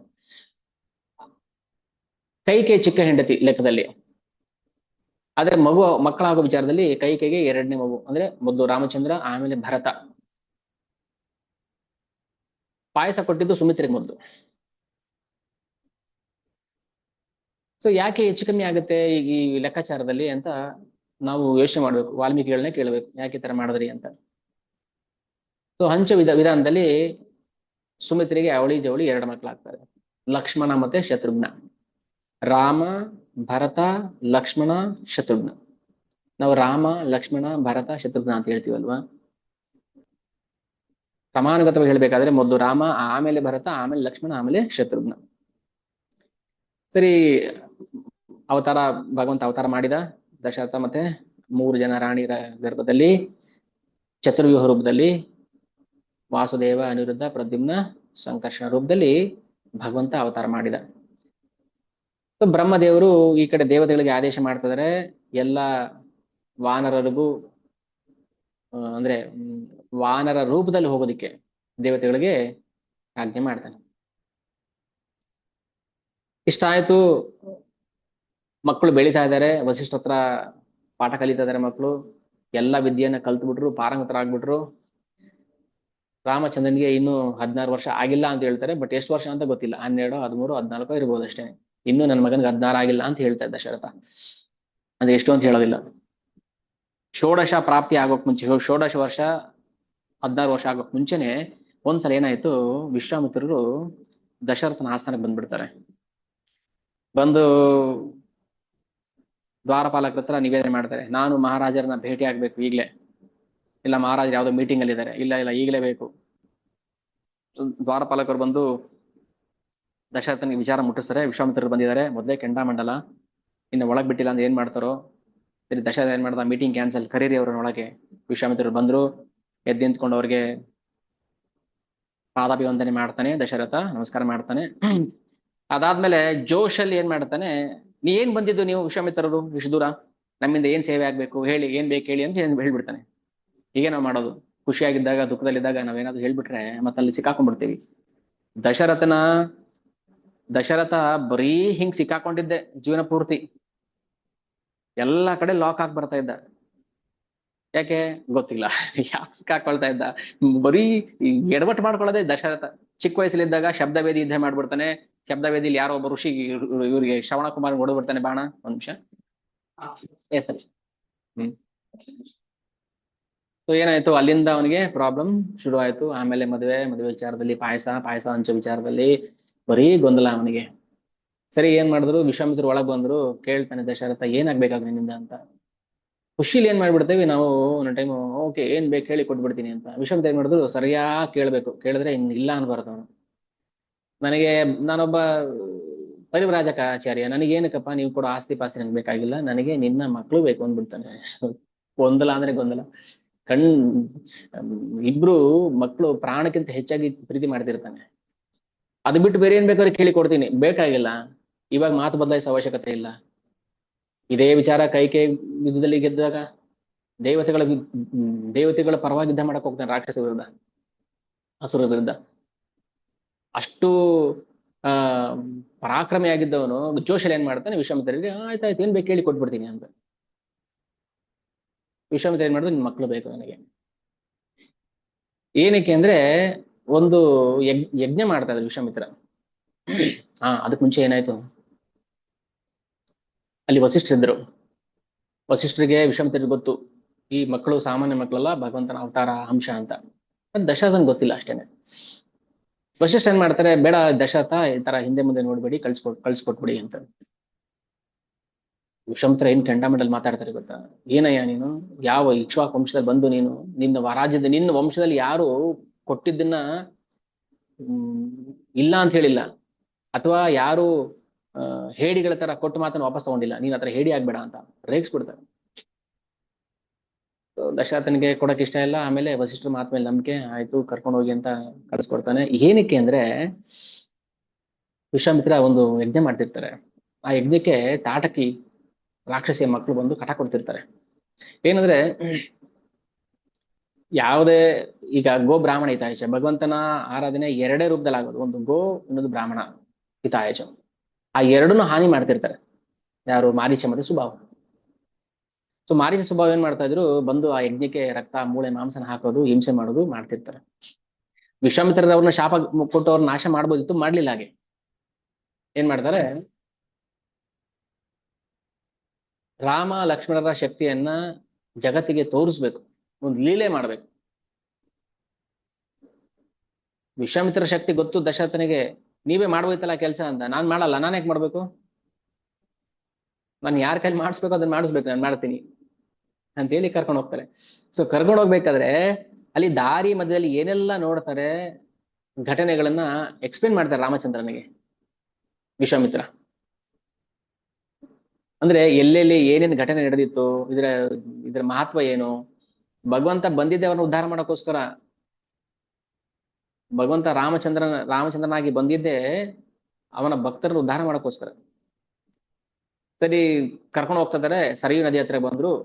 ಸರಿಯು ಮತ್ತೆ ಗಂಗೆ, ಅದು ಉಪನದಿ. ಗಂಗೆ ಉಪನದಿ ಸರಿಯು. ಸರಿಯು ಹತ್ರ ಬಂದ್ರು. ರಾತ್ರಿ ಆಗಿತ್ತು. ಅಲ್ಲಿ ಒಂದು ಆಶ್ರಮ ಇತ್ತು. ಆಶ್ರಮದಲ್ಲಿ ರಾತ್ರಿ ಉಳ್ಕೊಳ್ತಾರೆ. ಅದು ಪಾಳು ಬಿದ್ದಿತ್ತು ಆಶ್ರಮ. ಅದು ಯಾರ್ದು ಅಂತ ಮುಂದೆ ಹೇಳ್ತಾರೆ. ಆ ಆಶ್ರಮದಲ್ಲಿ ಏನಾಗಿತ್ತು ಎಲ್ಲ ಮುಂದೆ ಹೇಳ್ತಾರೆ ಅದನ್ನ. ಆಮೇಲೆ ಬೆಳಗ್ಗೆ ಆಯ್ತು, ಗಂಗೆ ದಾಟ್ಕೊಂಡು ಹೋಗ್ಬೇಕು. ಆ ಹೋಗ್ತಾ ದಾರಿಯಲ್ಲಿ ಒಂದು ದೊಡ್ಡ ಕಾಡು ಕಾಣಿಸುತ್ತೆ. ಅದ್ರ ತಾಟಕಾವನ, ಅಲ್ಲೇ ತಾಟಕಿ ಇದ್ದಿದ್ದು. ಕೇಳ್ತಾರೆ ರಾಮಚಂದ್ರ, ಇದೇನಿದು, ವಿಶ್ವಾಮಿತ್ರರೇ ಇಷ್ಟು ಭಯಂಕರ ಘೋರವಾದ ಕಾಡು, ಇದು ಯಾವುದು, ಏನ್ ವಿಚಾರ ಎಲ್ಲ ಕೇಳ್ತಾರೆ. ರಾಮ ಕೇಳಿದಾಗ ವಿಶ್ವಾಮಿತ್ರ ಹೇಳ್ತಾರೆ, ತಾಟಕ ಹೇಗ್ ಹುಟ್ಟಿದ್ಲು, ಮಾರೀಚ ಹೇಗ್ ಹುಟ್ಟದ, ಅವರ ಹಿಂದಿನ ಕಥೆ ಏನು. ತಾಟಕಿ ಮೊದಲು ಒಬ್ಳು ಸುಂದರಿ, ಅಗಸ್ತ್ಯರು ಶಾಪ ಕೊಟ್ಟು ಅವ್ರ ರಾಕ್ಷಸ ಮಾಡಿರ್ತಾರೆ ಅಷ್ಟೇ. ಒಂದ್ ನಿಮಿಷ, ಒಂದೇ ಸೈನ್.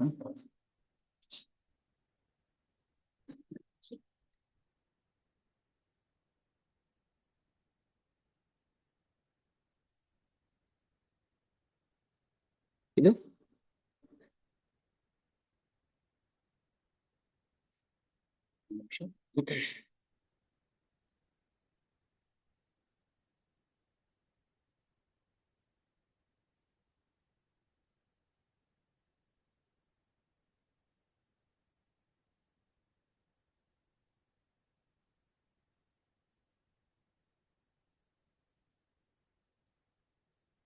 ವಿಷಯ ರಾಮಚಂದ್ರ ಕೇಳ್ತಾರೆ, ಇದು ಯಾವ ವನ, ಇದು ತಾಟಕವನ. ಇಲ್ಲಿ ತಾಟಕಿ ಮತ್ತೆ ಮಾರೀಚರ ಜನ್ಮ ಹೇಗಾಯ್ತು, ಯಾಕೆ ಶಾಪಗ್ರಸ್ತರಾದ್ರು, ಅಗಸ್ತ್ಯರು ಯಾಕೆ ಶಾಪ ಕೊಟ್ರು, ಇದ್ರ ಬಗ್ಗೆ ಚರ್ಚೆ ಮಾಡ್ತಾರೆ. ಆಮೇಲೆ ಹಾಗೆ ಮುಂದೆ ಕರ್ಕೊಂಡು ಹೋಗ್ತಾ ಇದ್ರು. ವಿಶ್ವಾಮಿತ್ರ ಋಷಿ ರಾಮನಿಗೆ ಒಂದು ಅಸ್ತ್ರವನ್ನ ಕೊಡ್ತಾರೆ. ಇದು ನಿನಗೆ ಮುಂದಕ್ಕೆ ಬೇಕಾಗುತ್ತೆ, ಇದನ್ನ ಇಟ್ಕೊ ಅಂತ. ರಾವಣನ ವಧೆ ಆಗೋ ತನಕ ಆ ಅಸ್ತ್ರವನ್ನು ಇಟ್ಕೊಂಡಿರ್ತಾರೆ. ಬಲ ಮತ್ತೆ ಅತಿಬಲ, ಅದರ ಅಸ್ತ್ರದ ಹೆಸರು ಬಲ ಅತಿಬಲ. ಒಂದು ಮಂತ್ರವನ್ನ ಅನುಗ್ರಹಿಸಿ ಆ ಅಸ್ತ್ರವನ್ನ ರಾಮಚಂದ್ರನಿಗೆ ಪ್ರದಾನ ಮಾಡ್ತಾರೆ, ಕೊಡ್ತಾರೆ. ಅಲ್ಲಿಂದ ಮುಂದೆ ಬಂದ್ರು. ಬರ್ತಾ ಅಲ್ಲಿ ಒಂದು ಸಿದ್ಧಾಶ್ರಮ ಕಾಣಿಸ್ತು. ಈ ಸಿದ್ಧಾಶ್ರಮ ಅಂದ್ರೆ ಏನು ಅಂದ್ರೆ, ವಾಮನ ಭಗವಾನ್ ಬಲಿಚಕ್ರವರ್ತಿಯನ್ನ ಉದ್ಧಾರ ಮಾಡಿ ಜಾಗ ಅದು. ನೀನೇ ವಾಮನ ಅವತಾರದಲ್ಲಿ ಬಂದಾಗ ಬಲಿಚಕ್ರವರ್ತಿಯನ್ನ ಉದ್ಧಾರ ಮಾಡಿ ಜಾಗ ಅಂತ ವಿಶ್ವಾಮಿತ್ರರು ಪರೋಕ್ಷವಾಗಿ ಹೇಳ್ತಾ ಇದಾರೆ. ಭಗವಂತನಿಗೆ ಗೊತ್ತಿಲ್ಲ, ಮರ್ತೋಗ್ಬಿಟ್ಟಿದೀನಿ ಅಂತನಾ? ಅಯ್ಯೋ, ವಾಮನಾಗಿ ಬಂದಿದ್ದ, ನಾನು ಮರ್ತೋಗಿದ್ದೀನಿ. ಇಲ್ಲ, ಭಗವಂತನಿಗೆ ಎಲ್ಲ ಗೊತ್ತಿದೆ. ಆದ್ರೆ ಭಗವಂತ ಭಕ್ತರ ಬಾಯಿಂದ ಕೇಳ್ಬೇಕು ಅಂತ ಆಸೆ ಪಡ್ತಾನೆ ಅಷ್ಟೇ.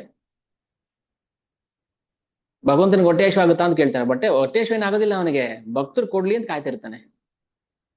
ಭಗವಂತನಿಗೆ ಏನ್ ಉಂಡಿ ಕಾಸು ಹಾಕ್ಬೇಕು, ಅವನಿಗೇನು ದುಡ್ಡು ಕೊಡ್ಬೇಕು, ಭಗವಂತನಿಗೆ ದುಡ್ಡು ಬೇಕಾಗಿಲ್ಲ, ಬಟ್ ನೀವು ಸೇವೆ ಮಾಡಿ ಅಂತ ಕಾಯ್ತಾ ಇರ್ತಾನೆ.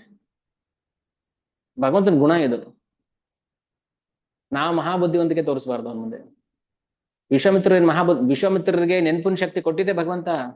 ಅವ್ರಿಗೇನ್ ಗೊತ್ತು ಸಿದ್ಧಾಶ್ರಮ ವಾಮನ ಭಗವಂತ ಅವತಾರ ಮಾಡಿದಾಗ ಉದ್ಧಾರ ಮಾಡಿದ ಜಾಗ, ಬಲಿಚಕ್ರವರ್ತಿ ಯಜ್ಞ ಮಾಡಿದ ಜಾಗ ಅದು ಅಂತ. ಆ ಶಕ್ತಿಯನ್ನ ಕೊಟ್ಟಿದ್ದೆ ಭಗವಂತ ವಿಶ್ವಾಮಿತ್ರರಿಗೆ. ಆದ್ರೆ ಈಗ ಗುರು ಪಾತ್ರ ಮಾಡ್ತಾರೆ, ರಾಮಚಂದ್ರ ಸಣ್ಣ ಬಾಲಕನ್ ಪಾತ್ರ ಮಾಡ್ತದನಷ್ಟೇ. ಆ ಸಿದ್ಧಾಶ್ರಮದ ಮಹಿಮೆಗಳನ್ನ ಹೇಳ್ತಾರೆ ವಿಶ್ವಾಮಿತ್ರ ಭಗವಂತನಿಗೆ. ಆಮೇಲೆ ಸೀದಾ ಯಜ್ಞದ ಜಾಗಕ್ಕೆ ಕರ್ಕೊಂಡು ಹೋಗ್ತಾರೆ. ಎಲ್ಲಿ ವಿಶ್ವಾಮಿತ್ರ ಯಜ್ಞ ಮಾಡ್ತಾ ಇದ್ರು ಆ ಜಾಗಕ್ಕೆ ಕರ್ಕೊಂಡು ಹೋದ್ರು. ಅಲ್ಲಿ 7 ದಿನ ಸತತವಾಗಿ ಯಜ್ಞ ಮಾಡ್ತಿರ್ತಾರೆ. 7ನೇ ದಿನ ಮಾರೀಚ ಸುಬಾಹು ಬರ್ತಾರೆ. ಹಗಲು ರಾತ್ರಿ ಕಣ್ಣು ಮುಚ್ಚಿದಂಗೆ ಕಾಯ್ತಾ ಕೂತಿರ್ತಾರೆ ರಾಮ ಲಕ್ಷ್ಮಣ, ಎಲ್ಲಿ ಬರ್ತಾರೆ ಹೊಡೆದು ಬಿಡೋಣ ಅಂತ. ಸೊ ಬಂದ್ರು. 7ನೇ ದಿನ ಯಜ್ಞ ಮಾಡೋ ಸಮಯಕ್ಕೆ ರಕ್ತ ಮೂಳೆ ಮಾಂಸ ಎಲ್ಲ ಆಗ್ತಾ ಇದ್ರು. ಅದಕ್ಕೆ ಮುಂಚೆ ಯಜ್ಞ ಧ್ವಂಸ ಮಾಡ್ತಾ ಇದ್ರು. ರಾಮಚಂದ್ರ ಏನ್ ಮಾಡ್ತಾನೆ, ಮಾರೀಚನಿಗೆ ಒಂದು ಬಾಣ ಹೊಡಿತಾನೆ. ಅವನ್ ಸಾಯಲ್ಲ, ಬೇಕಾಗ್ತಾನೆ ಮುಂದಕ್ಕೆ ಅಂತೇಳಿ ಅವನ ಉಳಿಸ್ತಾನೆ. ಸುಬಾಹುನ್ ಕೊಂದು ಬಿಡ್ತಾನೆ. ಅಲ್ಲೂ ಒಂದು ಡೌಟ್ ಬರುತ್ತೆ ನಮ್ಗೆ, ಯಾಕೆ ಸುಬಾಹುನ್ ಕೊಂದ ಮಾರೀಚನ್ ಕೊಲ್ಲಿಲ್ಲ? ಸುಬಾಹುನ್ ಏನ್ಕಾದ್ರೂ ಬೇಕಾಗುತ್ತೆ ಅಂತ ಇಟ್ಕೋಬೋದಿತ್ತಲ್ಲ. ಮಾರೀಚನಿಗೆ ಯಾಕೆ ಭಗವಂತ ಆ ಭಾಗ್ಯವನ್ನು ಕೊಟ್ಟ?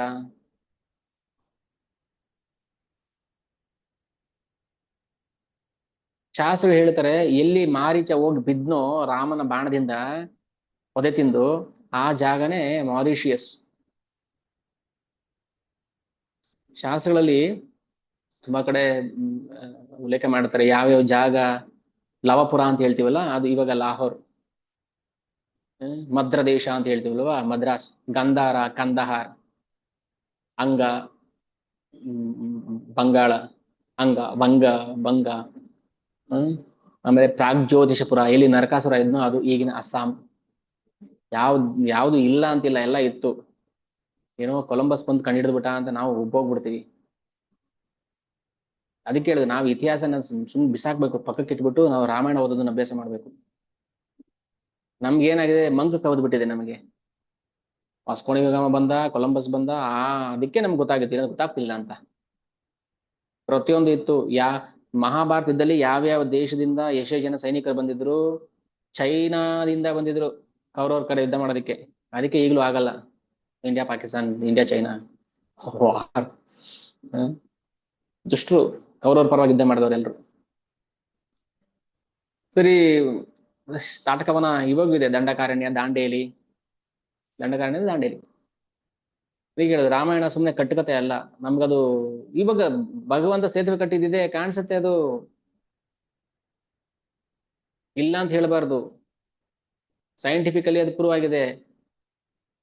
ಇಂಡಿಯಾ ಮತ್ತೆ ಶ್ರೀಲಂಕಾ ನಡುವೆ ಒಂದಿಷ್ಟು ಗ್ಯಾಪ್ ಇದೆ ಅಲ್ಲ, ಅಲ್ಲಿ ಯಾವ ಬೋಟ್ ಹೋಗಕ್ ಆಗೋದಿಲ್ಲ. ಅಲ್ಲಿ ಶಿಪ್ಪು, ದೊಡ್ಡ ದೊಡ್ಡ ಬೋಟ್ಗಳು ಹೋಗಕ್ ಆಗಲ್ಲ ಅಲ್ಲಿ.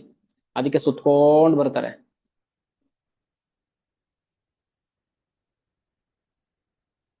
ಯಾಕೆ ಹೋಗ್ಬಾರ್ದು? ಅಲ್ಲಿ ಸೇತುವೆ ಇದೆ, ಅದಕ್ಕೆ ಹೋಗಕ್ ಆಗಲ್ಲ ಅಷ್ಟೇ.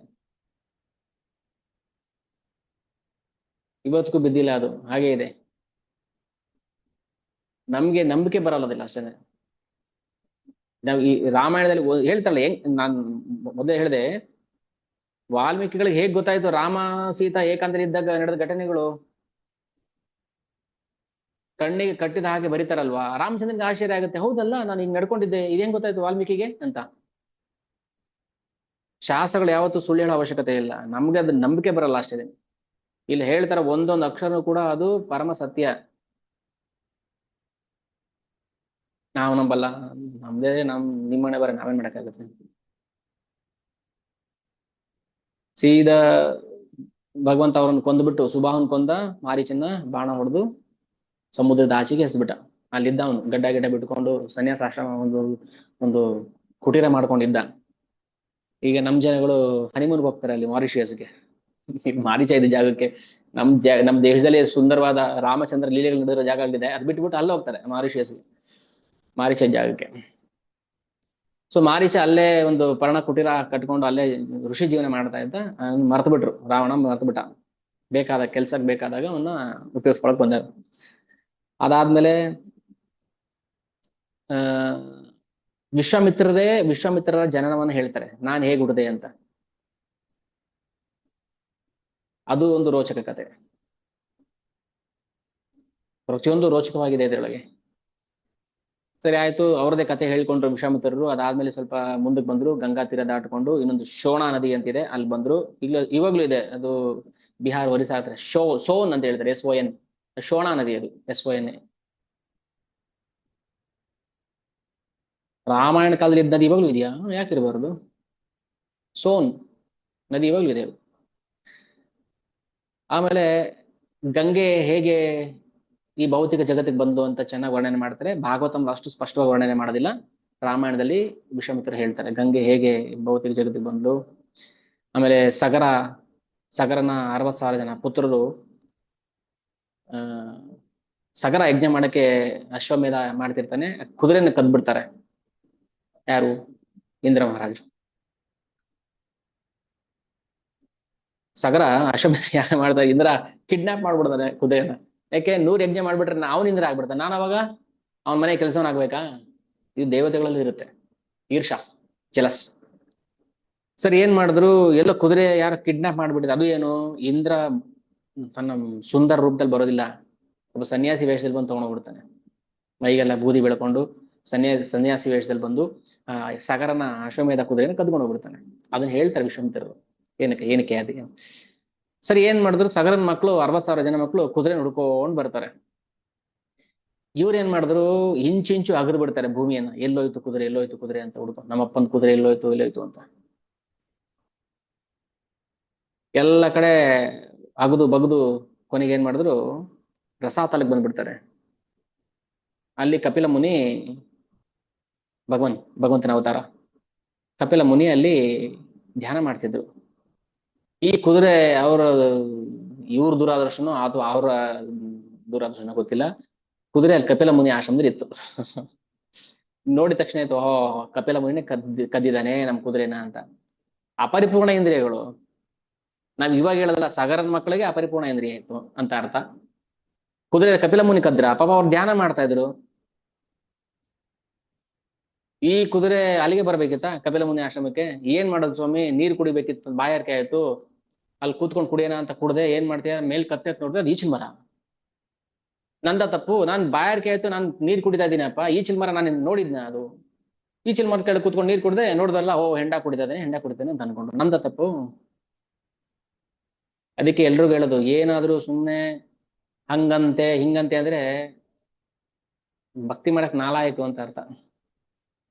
ಭಕ್ತಿ ಮಾಡಕ್ ಅರ್ಹತೆನೇ ಇಲ್ಲ ನಿಮಗೆ. ನೋಡಿದ್ರು ಕೂಡ ಸುಳ್ಳಾಗ್ಬೋದು, ನೋಡಿದ್ದು ಸುಳ್ಳಾಕ. ನಮ್ದೇನ್ ಪರ್ಫೆಕ್ಟ್ ಸೆನ್ಸಸ್ ಇಂದ್ರಿಯಗಳ? ನಮ್ದು ನಮ್ಮನೆ ಯಾಮರ್ಸ್ತವೆ ಇಂದ್ರಿಯಗಳು.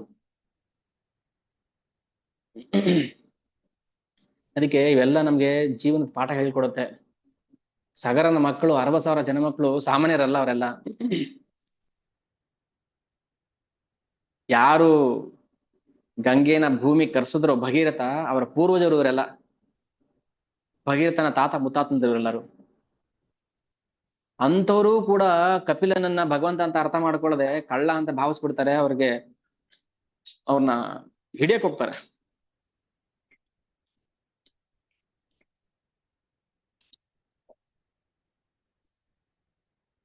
ಓಕೆ. ಸೊ ಕಪಿಲ ಮುನಿ ಏನ್ ಮಾಡಿದ್ರು? 60,000 ಜನ ಹುಡುಗರು, ಸಗರನ ಮಕ್ಕಳು, ಅವ್ರನ್ನ ತಮ್ಮ ತಪೋಶಕ್ತಿಯಿಂದ ಸುಟ್ಟು ಭಸ್ಮ ಮಾಡಿಬಿಡ್ತಾರೆ. ಎಲ್ಲೋದ್ರು ಮಕ್ಕಳು ಗೊತ್ತಿಲ್ಲ, ಸುಟ್ಟು ಬೂದಿ ಆಗ್ಬಿಟ್ಟಿದ್ದಾರೆ. ಸಗರ ಏನ್ ಮಾಡ್ತಾನೆ? ಇನ್ನೊಬ್ಬ ಮಗ ಇರ್ತಾನೆ ಅವನಿಗೆ, ಅಂಶುಮಾನ್. ಈ ಅಂಶುಮಾನನ್ನ ಹುಡುಕೋಬಾಪ ಅಂತ ಕಳಿಸ್ಬಿಡ್ತಾರೆ.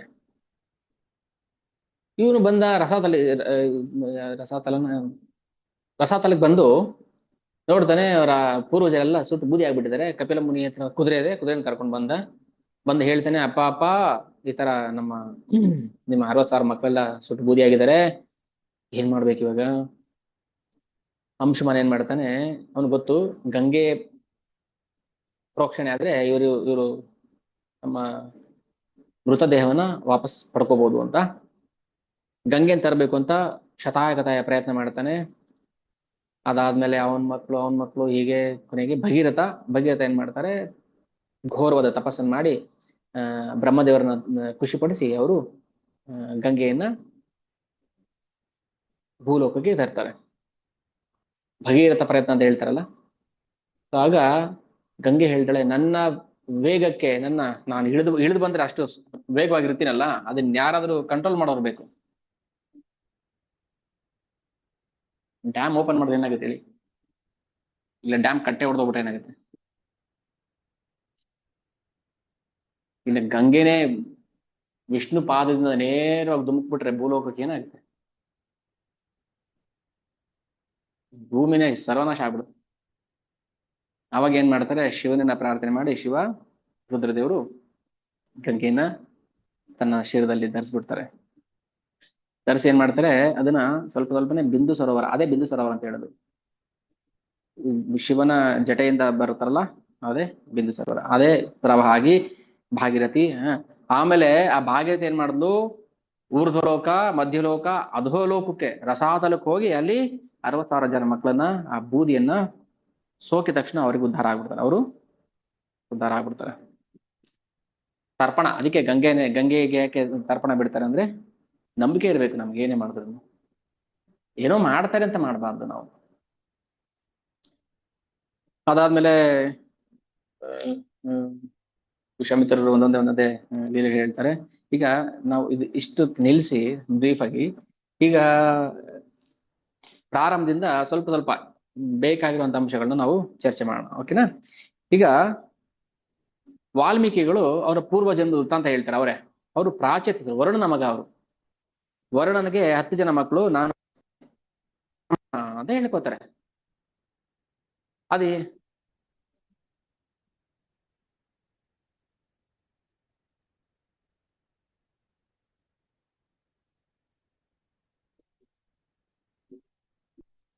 ಹ್ಮ್.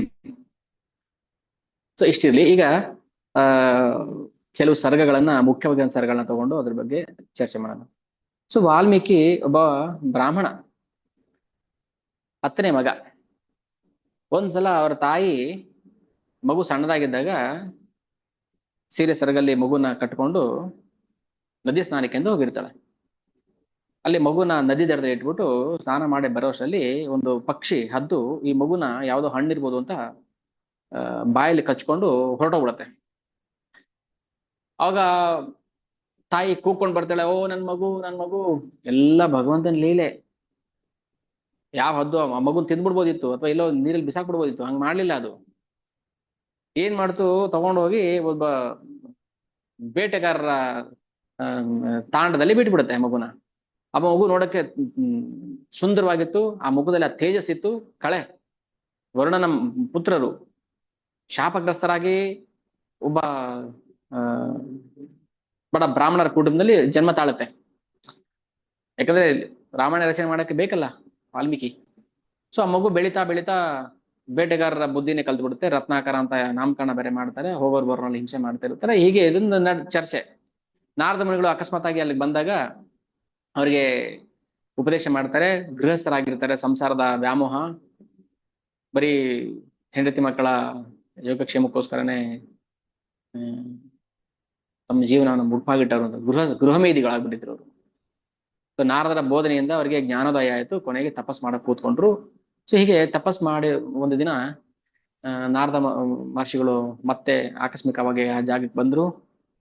ಈಗ ರತ್ನಾಕರ ವಾಲ್ಮೀಕಿ ಆಗ್ಬಿಟ್ಟಿದ್ದಾರೆ.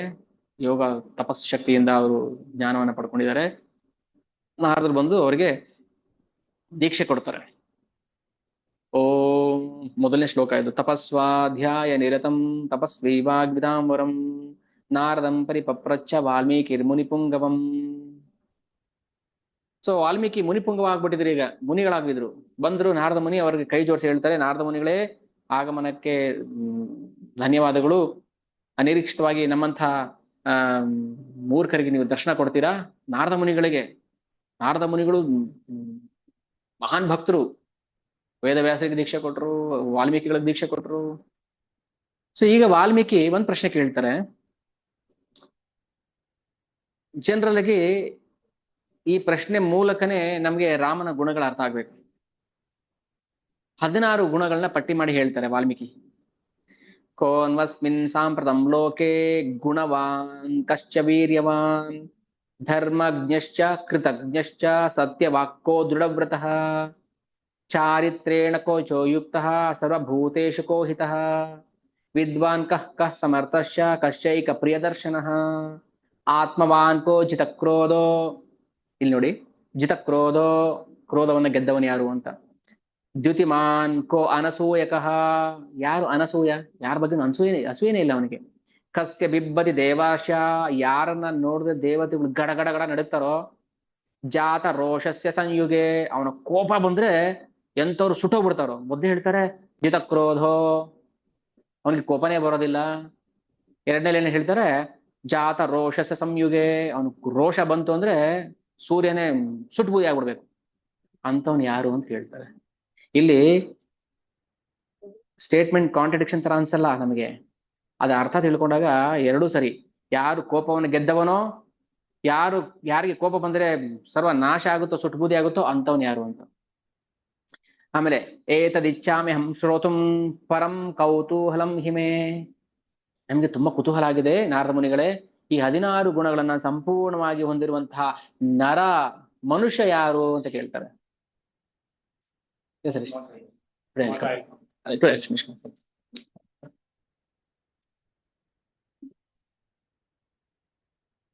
ಹೇಳ್ತಾರೆ, ಬಹವೋ ದುರ್ಲಭಾಶ್ಚೈವ ಏ ತ್ವಯಾ ಕೀರ್ತಿತಾ ಗುಣಾ ಮುನೇ ವಕ್ಷ್ಯಾಮಿ ಹಂ ಬುದ್ಧ್ವಾ ತೈರ್ಯುಕ್ತ ಶ್ರೂಯತಾಂ ನರಃ. ನರ ಮನುಷ್ಯ ಯಾರು ಅಂತ ಕೇಳ್ತಾರೆ. 16 ಗುಣ, ಯಾರನ್ನ ಕಂಡ್ರೆ ದೇವತೆಗಳು ನಡುಕ್ತಾರೋ ಅಂತ ಮನುಷ್ಯ ಯಾರು ಅಂದ್ರೆ ಏನ್ ಅರ್ಥ? ಯಾರ ಕೋಪಕ್ಕೆ ಇಡೀ ಜಗತ್ತು ಸುಟ್ಟು ಬೂದಿ ಆಗ್ಬಿಡ್ತೋ ಅಂತ ಮನುಷ್ಯ ಯಾರು?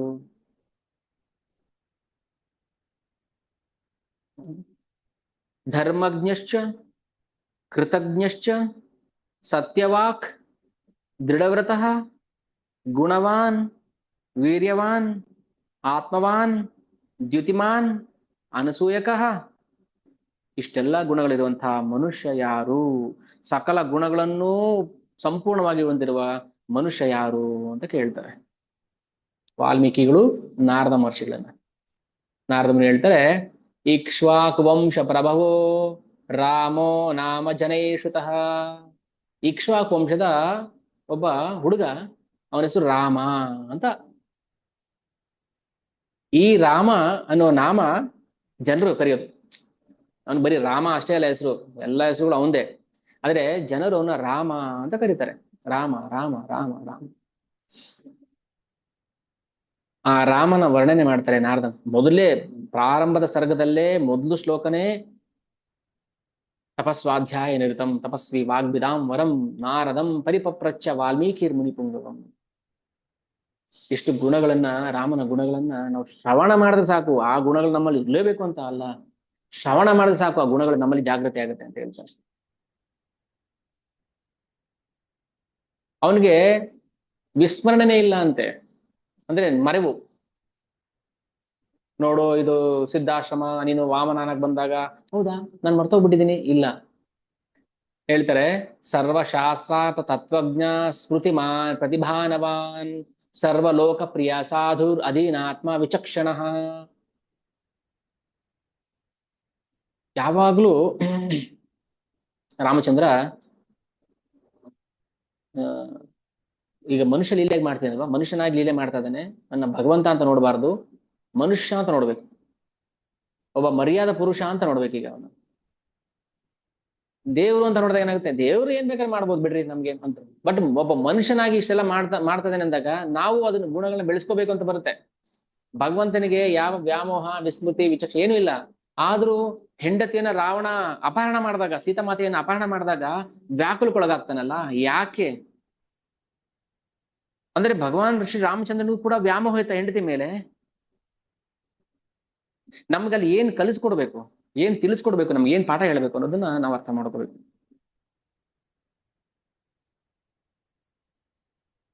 ಇವನ್ಗೆ ಯಾರು ದ್ವೇಷಗಳೇ ಇರಲಿಲ್ಲ. ಎಷ್ಟು ಹೆಂಗೆ ಇದ್ದ ಅಂದ್ರೆ, ಸ ಸತ್ಯವಚನಾದ ರಾಜ ಧರ್ಮ ಪಾಶೇನ ಸಂಯತಃ ವಿವಾಸಯಾಮಾಸ ಸುತಂ ರಾಮಂ ದಶರಥಂ ಪ್ರಿಯಂ. ಸತ್ಯ ನುಡಿತಾ ಇದ್ದ, ನೇರವಾಗಿ ನುಡಿತಾ ಇದ್ದ.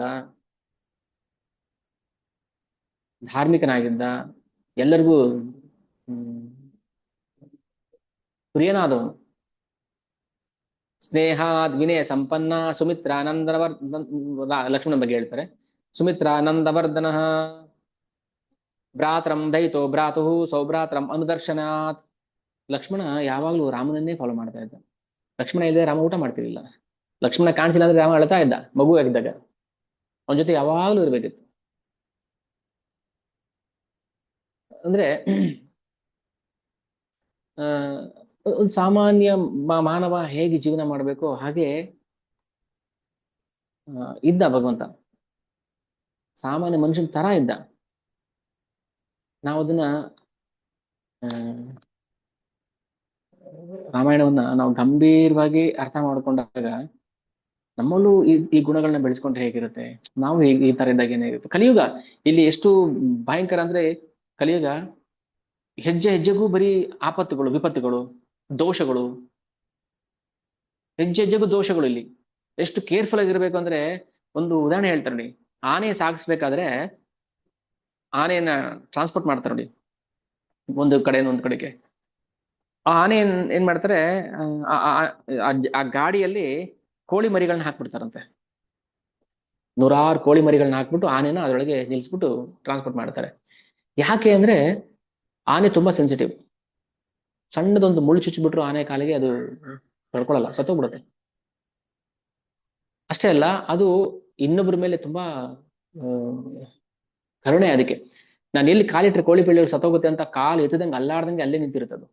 ನೀವು 100, 200, 500 ಕಿಲೋಮೀಟರ್ ದೂರ ಟ್ರಾನ್ಸ್ಪೋರ್ಟ್ ಮಾಡಿದ್ರು ಆನೆ ಹೇಗ್ ನಿಲ್ಸಿದ್ರು ಹಾಗೆ ನಿಂತಿರುತ್ತೆ. ಆ ಕಡೆ ಈ ಕಡೆ ಅಲ್ಲಾಡಲ್ಲ ಅದು. ದೃಢ ದೃಢತೆ ನೋಡಿ ಹೇಗಿದೆ ಆನೆಗೆ.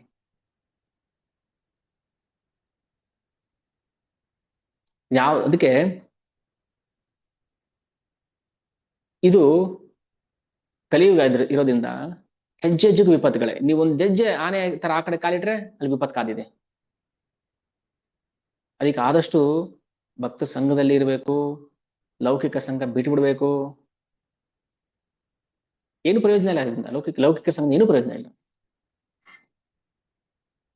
ಭಗವಂತನ ಕಡೆ ಮುಖ ಮಾಡೋಕ್ ಸಾಧ್ಯ ಆಗೋದಿಲ್ಲ ನಮ್ಗೆ.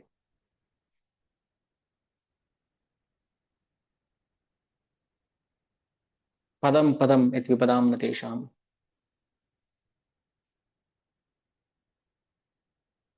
ಕಷ್ಟ. ನಾವು ಹೇಳಿದ್ವಿ ರಾಮಾಯಣ ರಾಮನ್ ಕಾಲದಲ್ಲಿ ಇತ್ತು, ಆಗಿತ್ತು, ಹೀಗಿತ್ತು, ಹೀಗಿರಕ್ಕಾಗಲ್ಲ. ಇರ್ಬೋದು, ಆದ್ರೆ ಕಲಿಯುಗದಲ್ಲಿ ಒಂದು ಮಹಾನ್ ಗುಣ ಇದೆಯಲ್ಲ, ಹರಿನಾಮ ಸಂಕೀರ್ತನೆ, ರಾಮನಾಮ ಜಪ ಮಾಡ್ಬೇಕು. ಆಮೇಲೆ ಅಯೋಧ್ಯೆ ವರ್ಣನೆ ಮಾಡ್ತಾರೆ. ಅದ್ರ ಬಗ್ಗೆ ನಾವು ನಾವು ಸಾಮಾನ್ಯ ಕೇಳಿರ್ತೀವಿ. ರಾಮರಾಜ್ಯ ಹೇಗಿರ್ತು ಅಂದ್ರೆ, ಅಯೋಧ್ಯ ನಾಮ ನಗರಿ ತತ್ರಾಸಿ ಲೋಕ ವಿಶ್ರುತಾ ಮನುನ ಮಾನವೇಂದ್ರೇಣ ಯಾಪುರಿ ನಿರ್ಮಿತ ಸ್ವಯಂ. ಮನು ನಿರ್ಮಾಣ ಮಾಡಿದ್ದು ಅಯೋಧ್ಯ. ನಾವು ಇನ್ನ ಅಯೋಧ್ಯ ದೇವಸ್ಥಾನ, ರಾಮ ದೇವಸ್ಥಾನ ಕಟ್ಟಬೇಕು, ಬಾಬರಿ ಮಸೀದಿ ಕಟ್ಟಬೇಕು, ಬರೀ ಇದ್ರಲ್ಲೇ ಒದ್ದಾಡ್ತಾ ಇದೀವಿ. ಸೃಷ್ಟಿಯ ಪ್ರಾರಂಭದಲ್ಲಿ ಸ್ವಯಂಭೂ ಮನು ನಿರ್ಮಾಣ ಮಾಡಿದ್ದ ಜಾಗ ಇದು, ಕೋಟಿ ವರ್ಷಗಳ ಹಿಂದೆ, ಕೋಟ್ಯಾಂತರ ವರ್ಷಗಳ ಹಿಂದೆ. ನಾವಿನ್ನು ಬಾಬರಿ ಮಸೀದಿ ಕೆಡವ್ರಿ, ರಾಮ ಮಂದಿರ ಕಟ್ಟ್ರಿ ಅನ್ಕೊಂಡೇ ಇದೀವಿ. ನಮ್ದು ಜಾಗಪ್ಪ ಅದು, ನಮ್ದು. ಬೇರೆಯವ್ರು ಹೆಂಗ್ ಬಂದು ಮಸೀದಿ ಕಟ್ಬಿಡ್ತಾರೆ ಅದು? ಇಲ್ಲ, ನೀವು ನಮ್ಮವ್ರೇ ಆಗಿದ್ರಿ, ದೂರ ಹೋದ್ಮೇಲೆ ಮುಸ್ಲಿಂ ಆಗಿದ್ದೀರಿ ಅಷ್ಟೇನೆ. ಅವಾಗ ಮುಸ್ಲಿಂ ಕ್ರಿಶ್ಚಿಯನ್ ಅಂತ ಇರ್ಲಿಲ್ಲ. ಯಾವಾಗ ಯದು ಯಯಾತಿ ಮಕ್ಕಳುಗಳು ಯಯಾತಿಗೆ ಆ ಯೌವನವನ್ನ ಕೊಟ್ಟಿಲ್ಲ, ತನ್ನ ಮುದಿತನವನ್ನ ಸ್ವೀಕಾರ ಮಾಡಿಲ್ಲ ಅಂತ ಅಂದಾಗ ಯದು ಕೋಪದಲ್ಲಿ ಎಲ್ರಿಗೂ ಶಾಪ ಕೊಟ್ಟಿರ್ತಾನೆ, ಕುರು ಒಬ್ಬನು ಬಿಟ್ಟು. ಯದು ಅಲ್ಲ, ಸಾರಿ, ಯಯಾತಿ. ಯದು, ಕುರು, ಆ ಅನು, ದ್ರುಹ್ಯು, 5 ಜನ ಮಕ್ಕಳು ಅವ್ರಿಗೆ ಶಾಪಗ್ರಸ್ತರಾಗಿರ್ತಾರೆ ಇವರೆಲ್ಲರೂ. ಯದುಗೆ ಯಾವ ಯದು ಕುಲದಲ್ಲಿ ಯಾರು ರಾಜರಾಗಬಾರ್ದು, ಕೆಲವರು ಮ್ಲೇಚ್ಛರಾಗ್ಬೇಕು. ಅವರೇ ಇವರೆಲ್ಲ ನಮ್ಮವರೇ. ಬೇರೆ ಬೇರೆ ಸಮುದ್ರ ದಾಟಿ ಹೋಗಿ ಅವರು ಮ್ಲೇಚ್ಛರಾಗಿದ್ದಾರೆ ಅಷ್ಟೇನೆ. ನಮಗದ್ರ ಪೂರ್ವ ಇತಿಹಾಸ ಗೊತ್ತಿಲ್ಲ, ಅದಕ್ಕೆ ಒದಾಡ್ತಾ ಇದೀವಿ ನಮ್ದು ಹಿಂದೂ ಮುಸ್ಲಿಂ ಹಿಂದೂ ಮುಸ್ಲಿಂ ಅಂತ. ಯಾವ ಹಿಂದೂ ಮುಸ್ಲಿಂ? ಅವಾಗ ಯಾವ ಹಿಂದೂ ಮುಸ್ಲಿಂ ಕ್ರಿಶ್ಚಿಯನ್ ಏನು ಇರಲಿಲ್ಲ, ಎಲ್ಲ ನಮ್ಮವರೇ, ನಾವೇ ಎಲ್ಲ ಒಂದೇ. ದೂರ ಆಗಿದ್ದು ನಾವೀಗ ದಾಯಾದಿಗಳಾಗ್ಬಿಟ್ಟಿದೀವಿ ಅಷ್ಟೇನೆ. ನಮ್ ಜಾಗಪ್ಪ ಅದು, ನಾವು ನಮ್ ಜಾಗದಲ್ಲಿ ನಾವು ಮನೆ ಕಟ್ಟಕ್ಕೆ ಯಾರನ್ನ ಯಾಕೆ ಕೇಳಬೇಕು? ನಮ್ಮ ಮನೆ ನಾವು ಕಾಂಪೌಂಡ್ ಬೆಲೆ ಹಾಕೋತೀವಿ, ನೀವ್ ಯಾರು ಕೇಳಕ್ಕೆ? ಇಲ್ಲ ನಮ್ದು ಇರ್ಲಿ ಅಂತ ಬಂದ್ರೆ, ಅಯೋಧ್ಯೆ ನಗರ ನಿರ್ಮಾಣ ಮಾಡಿದ್ದು ಮನು ಸೃಷ್ಟಿ ಪ್ರಾರಂಭದಲ್ಲಿ, ನಿನ್ನೆ ಮೊನ್ನೆ ಕಟ್ಟಿರೋ ದೇಶ ನಗರ ಅಲ್ಲ ಅದು. ಅಯೋಧ್ಯ ನಾಮ ನಗರಿ ತತ್ರಾಸಿ ಲೋಕ ವಿಶ್ರುತ. ದೇವತೆಗಳು ಬಂದು ನೋಡ್ಕೊಂಡು ಹೋಗ್ತಾರೆ ಅಲ್ಲಿ, ನಾವಷ್ಟೇ ಅಲ್ಲ. ನಾವು ನಾಳೆ ಅಯೋಧ್ಯೆಗೆ ಹೋಗ್ತೀವಿ, ಯಾತ್ರೆಗೆ ಹೋಗ್ತೀವಿ ಅಂತ ಅಲ್ಲ, ದೇವತೆಗಳು ಬರ್ತಾರೆ, ಬ್ರಹ್ಮದೇವರು ಬರ್ತಾರೆ, ಯಾತ್ರೆ ನೋಡ್ಕೊಂಡು ಹೋಗ್ತಾರೆ, ಇಂದ್ರ ಬಂದು ನೋಡ್ಕೊಂಡು ಹೋಗ್ತಾರೆ, ದರ್ಶನ ಮಾಡ್ಕೊಂಡು ಹೋಗ್ತಾರೆ. ನಮ್ಗೆ ಅದ್ರ ಕಾಳಜಿನೇ ಇಲ್ಲ. ನಮ್ಗೇನು ಟ್ರಿಪ್ಪು ಪ್ಯಾಕೇಜ್ ಹೋಗ್ಬೇಕು ಬರ್ಬೇಕು ಅಷ್ಟೇ. ಎಲ್ರಿಗೂ ಅನ್ವಯಿಸುತ್ತೆ. ನಾವು ಅಯೋಧ್ಯೆಗೆ ಹೋಗಿದ್ವಿ, ಕಾಶಿಗೆ ಹೋಗಿದ್ವಿ, ಏನ್ ತಿಳ್ಕೊಂಡು ಹೋಗಿ ಫಸ್ಟ್ ಅದನ್ನ, ಏನು ವ್ಯರ್ಥ ಅಂತ. ಮನುನ ಮಾನವೇಂದ್ರಿಯನ ಯಾ ಪುರಿ ನಿರ್ಮಿತ ಸ್ವಯಂ. ಎಷ್ಟು ದೊಡ್ಡದಾಗಿದೆ ಅದು! 12 ಯೋಜನ ಉದ್ದ, 3 ಯೋಜನ ಅಗಲ ಇದೆ ಅಯೋಧ್ಯೆ ನಗರಿ. ಇವಾಗ ಹೆಂಗಿದೆ ಗೊತ್ತಿಲ್ಲ, ನಾವು ನೋಡಿಲ್ಲ. ರಾಜಮಾರ್ಗೇಣ ಮಹತ ಸುವಿಭಕ್ತೇನ ಶೋಭಿತ. ಅಲ್ಲಿ ಹೇಗಿದ್ರು ಅಂದ್ರೆ,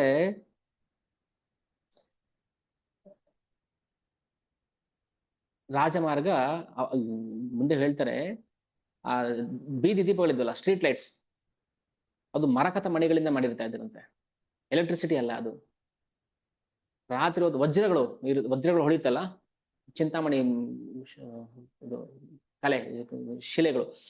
ಸೊ ಆತರ ದಶರಥ ಮಹಾರಾಜ ರಸ್ತೆ ಬದಿಗಳಲ್ಲಿ ಆತರ ಮಣಿಗಳನ್ನ ಹಾಕ್ಸಿದ್ದಂತೆ ಬೆಳಕಿಗೆ. ದಿನ ಅದಕ್ಕೆ ಪನ್ನೀರನ್ನ ಸಿಂಪಡಿಸ್ತಾ ಇದ್ರು. ಆ ಹೂಗಳು, ಹೂವಿನ ಗಿಡಗಳು ಹಾಕಿದ್ರು, ಆ ಹೂ ಯಾವತ್ತೂ ಒಣಗ್ತಿರ್ಲಿಲ್ವಂತೆ, ಬಾಡ್ತಿರ್ಲಿಲ್ವಂತೆ. ಮುಕ್ತ ಪುಷ್ಪಾವ ಕಿರಣೇನ ಜಲ ಸಿಕ್ತೇನ ನಿತ್ಯಶಃ. ಯಾಕಂದ್ರೆ ರಾಜ ಆ ತರ ಇದ್ದ. ಅದಕ್ಕೆ ಯಾವ ದೇಶದಲ್ಲಿ ರಾಜ ದಶರಥ ತರ ಇರ್ತಾರೆ, ಆ ದೇಶದಲ್ಲಿ ಯಾವ ಹೂಗಳು ಒಣಗೋದಿಲ್ಲ.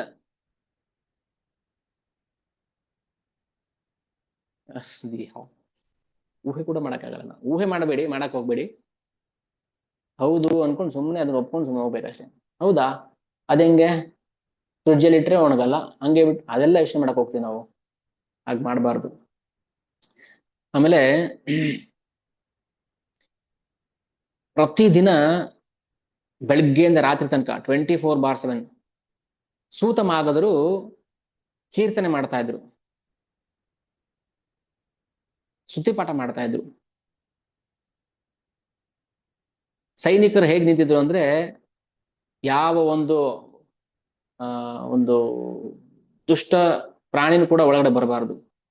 ರಾಜ್ಯಭಾರ ಹೇಗಿತ್ತು ಅಂತ ಕೇಳ್ತಾನೆ ರಾಮಚಂದ್ರ, ಭರತನ್ ಕೇಳ್ತಾನೆ, ರಾಜ್ಯಭಾರ ಹೇಗ್ ನಡೆಸ್ಬೇಕು ಒಬ್ಬ ರಾಜನಾದವನು.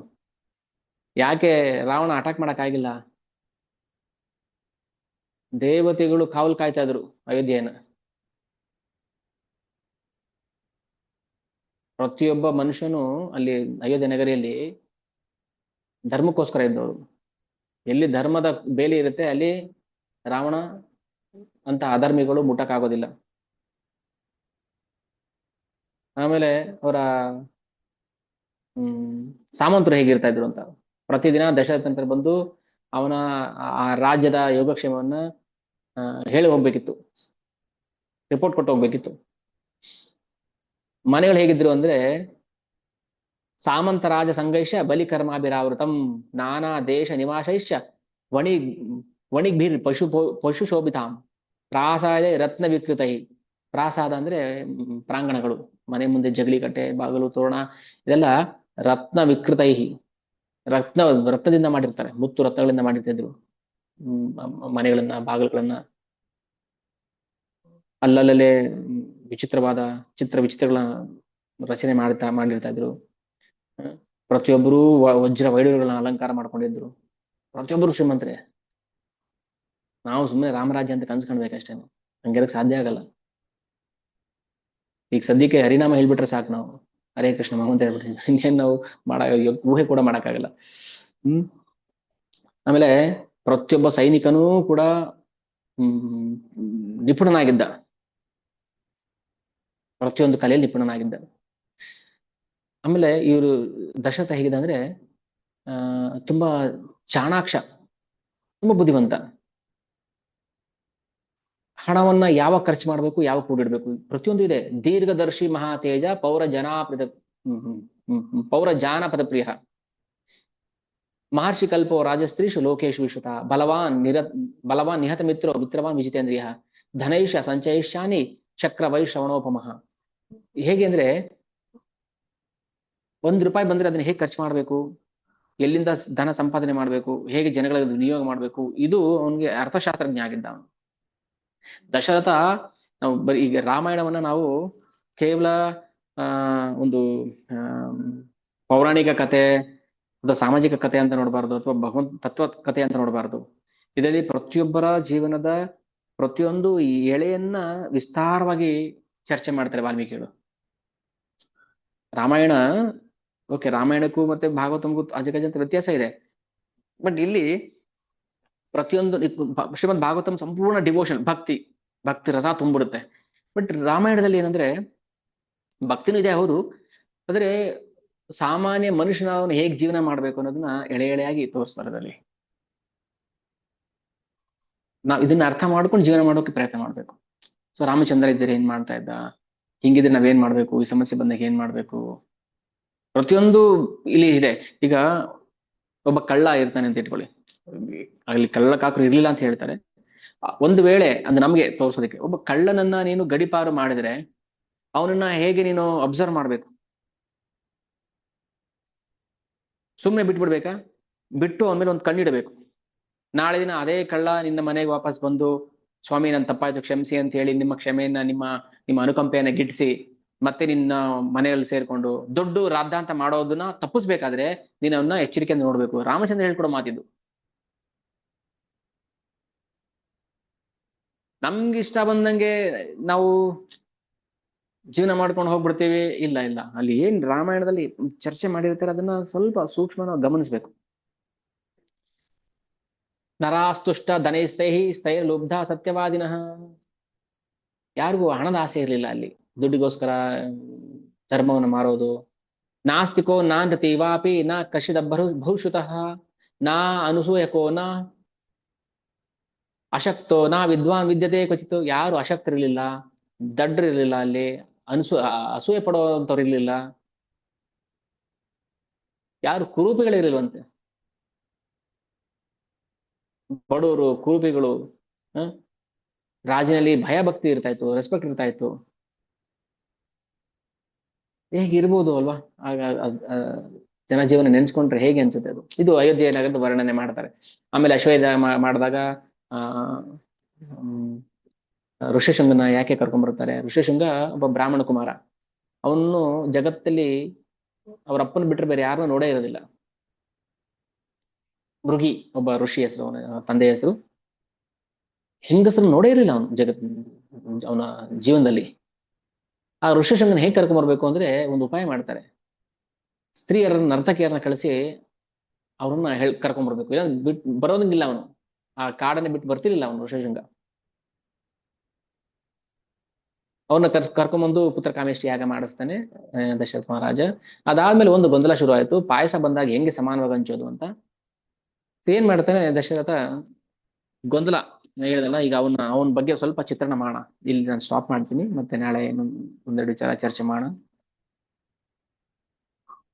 ಗೊಂದಲ ಏನಂತಂದ್ರೆ, ಮಕ್ಳಿಲ್ಲ ಅಂತ ಇದ್ದ. ಆಯ್ತು ಸರಿ, ಪುತ್ರ ಕಾಮೇಶಿ ಯಾಗ, ಪಾಯಸ, ಒಬ್ಬ ಯಜ್ಞ ಪುರುಷ ಬಂದು ಪಾಯಸ ಕೊಡ್ತಾನೆ. ಹೆಂಗೆ ಸಮಾನವಾಗಿ ಹಂಚೋದು?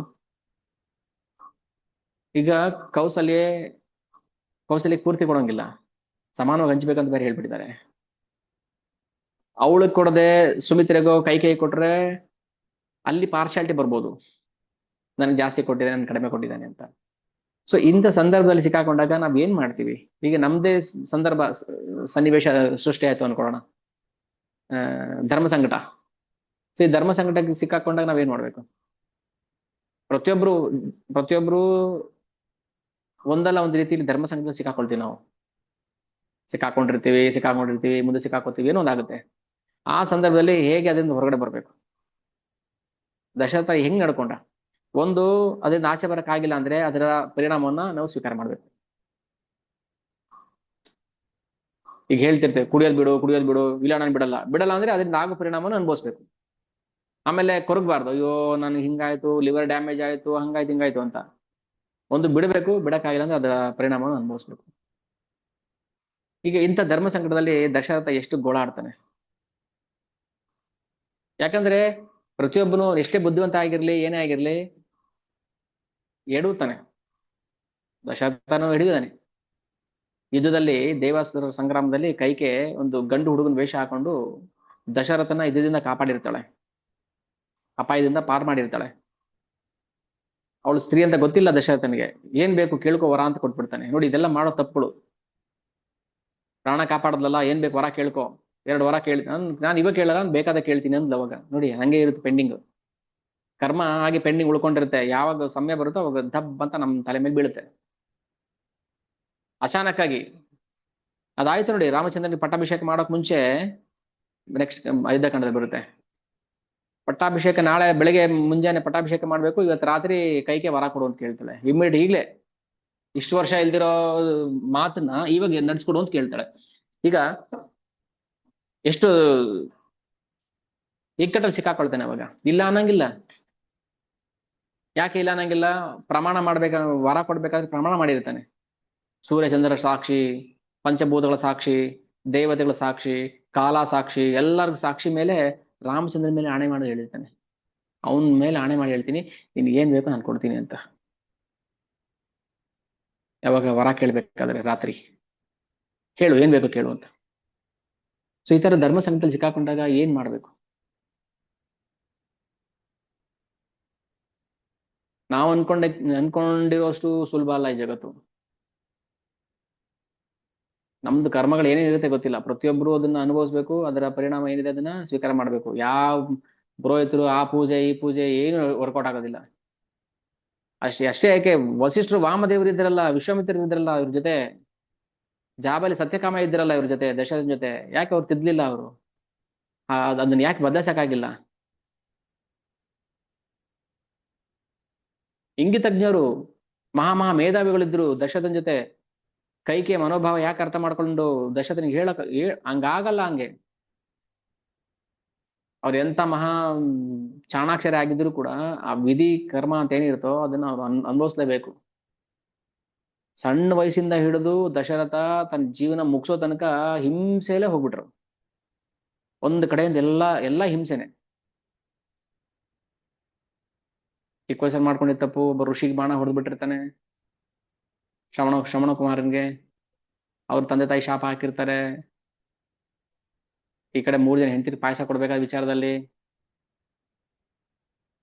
ಆಮೇಲೆ ಸುಮಂತ್ರನಿಗೆ ವಿಚಾರ ಗೊತ್ತಿರುತ್ತೆ, ನಿನಗೆ ಮಕ್ಕಳಾಗ್ತಾರೆ, ಆದ್ರೆ ಮಕ್ಕಳು ನಿನ್ ಜೊತೆ ಇರೋದಿಲ್ಲ ದೀರ್ಘಕಾಲ, ಮನೆ ಬಿಟ್ಟು ಹೋಗ್ತಾರೆ ಅವರು ಅಂತ ಹೇಳಿರ್ತಾನೆ. ಅದೆಲ್ಲ ಗೊತ್ತು. ಎಲ್ಲ ಗೊತ್ತಿದ್ದು ನೋವನ್ನ ನುಂಗ್ಕೊಂಡು ದಶರಥ ಮಹಾರಾಜ ಇದ್ದಿದ್ದ ಪರಿಸ್ಥಿತಿ. ಅದಕ್ಕೆ ಹೇಳಿದ್ರೆ ಟ್ರಾಜಿಡಿ ಅಂದ್ರೆ ಟ್ರಾಜಿಡಿ. ಮಹಾಭಾರತದಲ್ಲಿ ಭೀಷ್ಮ ಹೇಗಿದ್ರು ಹಾಗೆ ರಾಮಾಯಣದಲ್ಲಿ ದಶರಥ ಕೂಡ ಅಷ್ಟು ಹಿಂಸೆ ಪಟ್ರು. ಪ್ರಾಬ್ಲಮ್ ಎಲ್ಲರಿಗೂ ಇರುತ್ತೆ. ಪ್ರಾಬ್ಲಮ್ ನಾವ್ ಹೇಳ್ತೀವಿ, ಅಯ್ಯೋ ನಮ್ ಸಮಸ್ಯೆ ಯಾರಿಗೆ ಹೇಳೋಣ ಅಂತ. ಸಮಸ್ಯೆಗಳಿದೆ ನೋಡಿ ದಶರಥನಿಗೂ ಕೂಡ. ಮಹಾರಾಜ, ನಾವು ಸಮಸ್ಯೆನೇ ಮುಂದೆ ಇಟ್ಕೊಂಡು ಅದೇ ದೊಡ್ಡ ಏನು ಡ್ರಾಬ್ಯಾಕ್ ಅನ್ಕೊಂಡು ನಾವು ಭಕ್ತಿ ಮಾಡೋದನ್ನ ನಿಲ್ಸ್ಬಿಟ್ರೆ ಮತ್ತೆ ಅನುಭವಿಸ್ಬೇಕಾಗತ್ತೆ ಅಷ್ಟೇ. ದಶರಥ ಮಹಾರಾಜ್ ಹೆಂಗ್ ಅನುಭವಿಸುದು ಹಂಗ ಅನುಭವಿಸ್ಬೇಕು, ಬೇರೆ ದಾರಿ ಇಲ್ಲ. ಸನ್ನಿವೇಶ ಈಗ ಕೆಲವು ರಾಮಾಯಣ, ಕೆಲವು ನಾರಾಯಣಾಚಾರ್ಯ ಅವರೆಲ್ಲ ಹೇಳ್ತಾರೆ, ನೀವ್ ಕೇಳ್ಬೇಕು. ಅಯೋಧ್ಯ ಕಾಂಡ ಕೇಳ್ತಿದ್ರೆ ಎಂತವ್ರು ಹೃದಯನು ಕರಗ್ಬಿಡತ್ತೆ, ಕುತ್ಕೊಂಡು ಹತ್ ಬಿಡ್ಬೇಕು ಹಂಗ ಅನ್ಸುತ್ತೆ ಅದು. ರಾಮಾಯಣ ಕೇಳ್ತಾ ಇದ್ರೆ ಇಂಥ ಪರಿಸ್ಥಿತಿ ಯಾಕೆ ಬಂತು ರಾಮಚಂದ್ರನ್ಗಾಗ್ಲಿ ದಶರಥನ ಸ್ಥಿತಿ ನೋಡಿ. ಕೈಕೆ ಏನ್ ಹೇಳ್ತಾರೆ ಗೊತ್ತಾ? ಗಂಡ ಅನ್ನೋದನ್ನು ಮರೆತು ತನ್ನ ಸ್ವಾರ್ಥ ಕಾಮನೆಗಳನ್ನ ಈಡೇರಿಸ್ಕೊಳ್ಳೋಕೋಸ್ಕರ ಎಷ್ಟು ಹಿಂಸೆ ಮಾಡ್ತಾಳ ಅವನ ಗಂಡನನ್ನ. ಇವತ್ತು ರಾತ್ರಿ ಊಟ ಮಾಡಿ ಮಳ್ಕೊಳ್ಳೋವರೆಗೂನು ರಾಮನ ಮೇಲೆ ಇದ್ದ ಪ್ರೀತಿ ಇವನ್ ಕೌಶಲ್ಯವೂ ಇರಲಿಲ್ಲ. ಕೈಕೆಗೆ ರಾಮನ ಮೇಲೆ ಎಷ್ಟು ಪ್ರೀತಿ ಇತ್ತು ಅಷ್ಟು ಸ್ವಂತ ತಾಯಿಯೂ ಇರಲಿಲ್ಲ, ಅಷ್ಟು ಪ್ರೀತಿ ಮಾಡ್ತಾ ಇದ್ಲು ಕೈಕೆ. ಯಾರೋ ಒಬ್ಳು ಬಂದು ಮಂತ್ರೆ ಬೇರೆ ಯಾರು ಅಲ್ಲ, ಯೋಗಮಾಯೆ ಅಲ್ಲಿ ಸೇವೆ ಮಾಡೋಕ್ಕೋಸ್ಕರ ಬಂದಿದ್ದು ಮಂತ್ರಿ ರೂಪದಲ್ಲಿ. ಮಂತ್ರಿ ಬಂದು ಕೈಕೆ ಕಿವಿ ಉತ್ತಾಳೆ, ಹಾಗೆ ಹೀಗೆ ಹಾ ಹ್ಞೂ ಆಯ್ತು ಮುಗಿತಲ್ಲ, ವಿಷ ಬಿತ್ತತ್ತಲ್ಲ, ಏನಾಯ್ತು? ತಾನು ಹಾಳಾಗೋಗ್ತಾಳೆ, ಎಲ್ಲರ ನೆಮ್ಮದಿನ ಹಾಳು ಮಾಡ್ಬಿಡ್ತಾಳೆ. ನಾವು ತುಂಬಾ ಚೇಂಜಸ್ ಮಾಡ್ಕೋಬೇಕು, ನಮ್ಮ ಜೀವನ ಶೈಲಿಯನ್ನೇ ನಾವು ಬದಲಾಯಿಸ್ಕೋಬೇಕು. ಸ್ವಲ್ಪ ಮಟ್ಟಿಗೆ ನಾವು ರಾಮಾಯಣದಿಂದ ಪ್ರೇರಿತರಾಗಿ, ಪ್ರಭಾವಿತರಾಗಿ ಒಂದೊಂದು ಸಣ್ಣ ಸಣ್ಣ ಬದಲಾವಣೆ ಮಾಡ್ಕೊಂಡ್ರು ನಾವ್ ಎಷ್ಟೊಂದು ನಿರಾಳ ಆಗ್ಬಿಡ್ತೀವಿ ನಾವು. ನೋಡಿ, ಎಲ್ರು ಹರಿನಾಮ ಮಾಡ್ತಾ ಇದೀವಿ, ಅದ್ರ ಜೊತೆಗೆ ರಾಮಾಯಣ, ಭಗವದ್ಗೀತಾ, ಭಾಗವತಂ ಶ್ರವಣ ಮಾಡ್ಬೇಕು, ಓದ್ಬೇಕು, ಅದನ್ನ ಜೀವನದಲ್ಲಿ ಅಳವಡಿಸ್ಕೋಬೇಕು. ನಾನು ಹೇಳಿದೆ, ದುಂಬಿ ಸುಮ್ನೆ ಹೂ ಮೇಲೆ ಕುತ್ಕೊಂಡ್ರೆ ಪ್ರಯೋಜನ ಇಲ್ಲ, ಆ ರಸನ ಹೀರ್ಬೇಕು ನಾವು. ಕತೆ ಎಲ್ರಿಗೂ ಗೊತ್ತಿರುತ್ತೆ, ಕತೆ ಹಂಗಂತೆ ಹಿಂಗಂತೆ ಕತೆ ಗೊತ್ತು, ಬಟ್ ಕಥೆಯಲ್ಲಿ ನಾವು ಏನ್ ಸಾರಾಂಶ ನಾವು ಗ್ರಹಿಸ್ಬೇಕು ಅದು ಮುಖ್ಯ ಅಷ್ಟೇ. ಅದಕ್ಕೆ ನಿಮ್ಮೆಲ್ಲರ ಜೀವನದ ಕಥೆ ಇದು ರಾಮಾಯಣ. ಮನೆ ಮನೆ ರಾಮಾಯಣ ಅಂತ, ಅಯ್ಯೋ ನಿಮ್ ರಾಮಾಯಣ ಸಾಕ್ಬಿಡ್ರಿ ಅಂತ. ಪ್ರತಿಯೊಬ್ಬರ ಮನೇಲೂ ರಾಮಾಯಣ ನಡೆಯುತ್ತೆ. ಬಟ್ ಹೆಂಗೆ ಒಂದೊಂದು ಕ್ಯಾರೆಕ್ಟರ್ ಇದೆಯಲ್ಲ, ಒಂದೊಂದು ಕ್ಯಾರೆಕ್ಟರ್ ನಮ್ಮನ್ನ ಹೆಂಗೆ ಹಿಂಡುತ್ತೆ ಗೊತ್ತಾ ಒಳಗಡೆಯಿಂದ. ದಶರಥನ್ ಕ್ಯಾರೆಕ್ಟರ್ ಆಗಿರ್ಬೋದು, ಭರತನ್ ಕ್ಯಾರೆಕ್ಟರ್ ಆಗಿರ್ಬೋದು. ನೋಡಿ, 100 ಜನ ರಾಮನ ಹಾಕಿದ ಒಬ್ಬ ಭರತ ಅಂತ ಹೇಳ್ಬಿಡ್ತಾರೆ. ಭರತನಿಗೆ ಎಷ್ಟು ನಂಬಿಕೆ ರಾಮಚಂದ್ರನ ಮೇಲೆ. ಅಣ್ಣ ವಾಪಸ್ ಬರೋ ತನಕ ನಾನ್ ರಾಜ್ಯಭಾರ ಮಾಡೋದಿಲ್ಲ. ಹೆಂಡತಿ ಜೊತೆ ಇರ್ಲಿಲ್ಲ, ಅವರು ಸನ್ಯಾಸಿ ವೇಷ ಹಾಕೊಂಡು ನಾರ್ಮುಡು ತೊಟ್ಕೊಂಡಿದ್ರು ನಂದಗ್ರಾಮದಲ್ಲಿ. ರಾಮಚಂದ್ರ ಬರೋ ತನಕ ನಾನು ಅಯೋಧ್ಯೆ ಪ್ರವೇಶ ಮಾಡೋದಿಲ್ಲ ಅಂತ.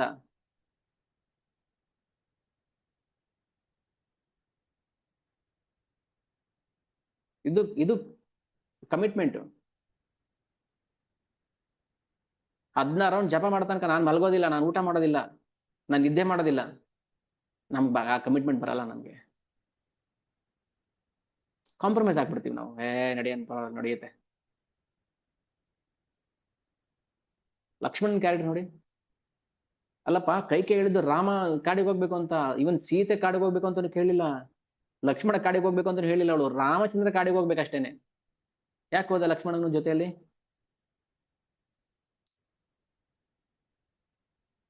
ಅಲ್ಲ, ಅವ್ರಿಗಿಲ್ದಿರೋ ಸೌಭಾಗ್ಯ ನಾನ್ ಯಾಕೆ ಅನುಭವಿಸ್ಬೇಕು?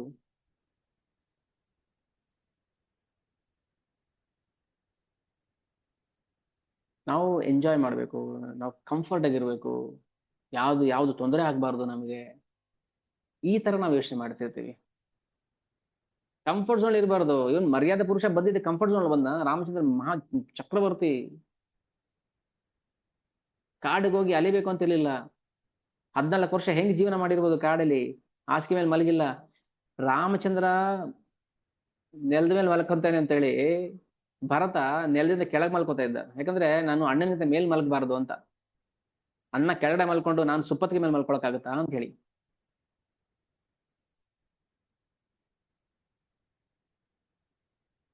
ಇದೆಲ್ಲ ನೋಡಿ ದಶರಥನಿಗೆ ನೆನ್ಸ್ಕೊಂಡು ಏನಾಗ್ಬೋದು ಅಂತ ಊಹೆ ಮಾಡಕ್ಕೂ ಆಗದೆ ಸತ್ತೋಗ್ಬಿಟ್ಟ, ಪ್ರಾಣ ಬಿಟ್ಬಿಟ್ಟ ಪಾಪ. ಆತರ ಎಲ್ಲ ಪ್ರತಿಯೊಂದು ಕ್ಯಾರೆಕ್ಟರ್ ನಮ್ಮಲ್ಲಿ ಇದೆ. ನಾವು ಅದನ್ನ ನಮ್ಮ ನಾವೇ ಬಗಿಬೇಕು, ಎಕ್ಸ್ಟ್ರಾಬೇಟ್ ಮಾಡ್ಬೇಕು ನಮ್ಮೊಳಗೆ ಏನಿದೆ.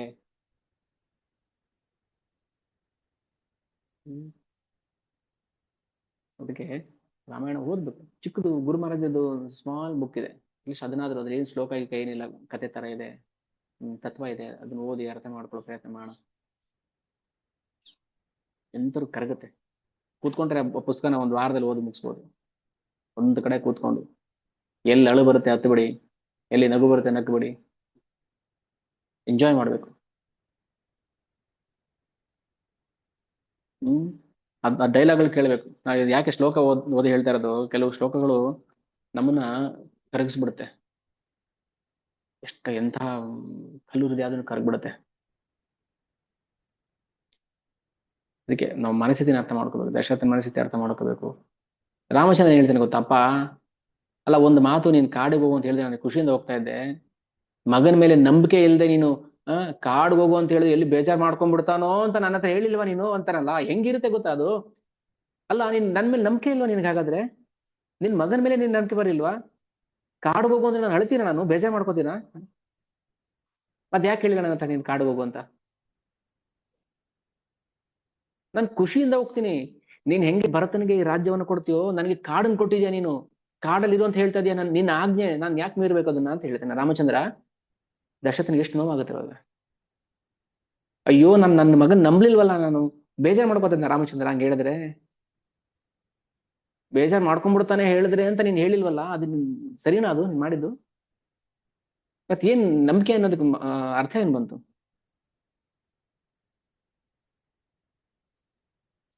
ಮತ್ತೆ ಅಪ್ಪ ಮಕ್ಕಳ ಸಂಬಂಧದಲ್ಲಿ ನಂಬಿಕೆ ಇಲ್ಲ ಅಂದ್ರೆ ಯಾವುದೇ ಸಂಬಂಧ ಇರಲಿ, ನಂಬಿಕೆ ಇಲ್ಲ ಅಂದ್ರೆ ಮತ್ತೆ ಎಲ್ಲಿ ಏನ್ ಬಂತು ಅದು? ಮತ್ತೆ ಆ ನಂಬಿಕೆ ಇಲ್ದಿರೋ ಪ್ರೀತಿ ಯಾಕೆ ಬೇಕು?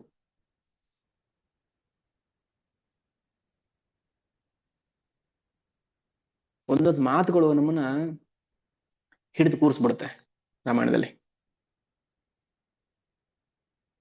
ಅಯೋಧ್ಯೆ ಕಾಂಡ, ಎಸ್ಪೆಷಲ್ ಅಯೋಧ್ಯೆ ಕಾಂಡ. ಓಕೆ, ಸೊ ಇದು ನಾಳೆ ಚರ್ಚೆ ಮಾಡೋಣ. ಎಲ್ಲರೂ ಹೇಳಕ್ಕಾಗೋದಿಲ್ಲ, ದಯವಿಟ್ಟು ಕ್ಷಮಿಸಬೇಕು. ಎಷ್ಟು ಸಾಧ್ಯ ಆಗುತ್ತೋ ಅಷ್ಟು ಅದಕ್ಕೆ ನಾನು ಫಸ್ಟ್ ಸೀಕ್ವೆನ್ಸ್ ಹೇಳ್ಬಿಡ್ತೀನಿ, ಯಾವ್ದಾದ್ಮೇಲೆ ಯಾವ್ದು ಅದ್ರಲ್ಲಿ ಯಾವ್ದಾದ್ರು ಒಂದು ತಗೊಂಡು ಅದನ್ನ ಚರ್ಚೆ ಮಾಡೋಣ. ಓಕೆ, ವಾಂಛಾ ಕಲ್ಪತರುಭ್ಯಶ್ಚ ಕೃಪಾ ಸಿಂಧುಭ್ಯಶ್ಚ ಪತಿತಾನಾಂ ಪಾವನೇಭ್ಯೋ ವೈಷ್ಣವೇಭ್ಯೋ ನಮೋ ನಮಃ.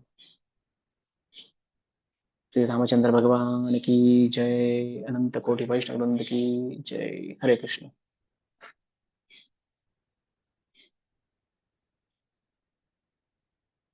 हरे कृष्ण प्रभु। हरे कृष्ण। हरे कृष्ण प्रभु। हरे कृष्ण जी।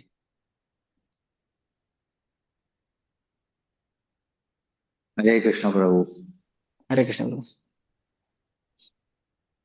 ಪ್ರಭು ಏನು ಪ್ರಶ್ನೆ ಕೇಳ್ಬೋದಾ? ಹಾ, ಕೇಳಿ ಕೇಳಿ ಪ್ರಭು. ಪ್ರಭು, ಈಗ ದಶರಥ ಮಹಾರಾಜರಿಗೆ ಪಾಪ ಬಂತ ಪುಣ್ಯ ಬಂತ ಇವಾಗ ಆದ್ಮೇಲೆ ಅದರಿಂದ ತಿಳ್ಕೊಬೇಕಾಗಿರೋದು ಏನಿದೆ? ಅದ್ ಮುಂದೆ ಗೊತ್ತಾಗುತ್ತೆ ನಮ್ಗೇನೆ, ಮುಂದೆ ಗೊತ್ತಾಗುತ್ತೆ, ಅದು ಹೇಳ್ತೀನಿ ಮುಂದೆ. ಸೊ ದಶರಥನ್ ಕ್ಯಾರೆಕ್ಟರ್ ಒಂದಿನ ಮಾತಾಡೋಣ. ಓಕೆ, ಪ್ರಭು. ಕುತೂಹಲ ಇದೆ, ತಿಳ್ಕೊಳ್ಳೋ ಕುತೂಹಲ ಇದೆ ನಮಗೂನು. ಅವ್ರ ಕ್ಯಾರೆಕ್ಟರ್ ಬಗ್ಗೆನೇ ಚರ್ಚೆ ಮಾಡೋಣ. ನಮಗೆ ಗೊತ್ತಾಗ್ಬಿಡುತ್ತೆ, ನಾವು ಆನ್ಸರ್ ಹೇಳೋದ್ ಬೇಕಾಗಿಲ್ಲ, ನಮ್ಗೆ ಗೊತ್ತಾಗುತ್ತೆ ಅವ್ರು ಏನ್ ಮಾಡಿದ್ರು ಅಂತ. ಓಕೆ ಪ್ರಭು. Okay okay okay. Hare Krishna. Hare Hare Krishna प्रभु। प्रभु ಹರೆ ಕೃಷ್ಣ. हरे प्रभु कृष्ण हरे प्रभु, कृष्ण ಧನ್ಯವಾದಗಳು। ಹರೆ ಕೃಷ್ಣ, ಧನ್ಯವಾದ. प्रभु हरे कृष्ण प्रभु। ಹರೆ ಕೃಷ್ಣ. ಪ್ರಭು ಅದು ರಾವಣ ಯಾವಾಗೂ ಅಲ್ಲಿ ಅಯೋಧ್ಯೆಗೆ ಹೋಗಿಲ್ಲ ಪ್ರಭು, ಯುದ್ಧ ಮಾಡಕ್ಕೆ.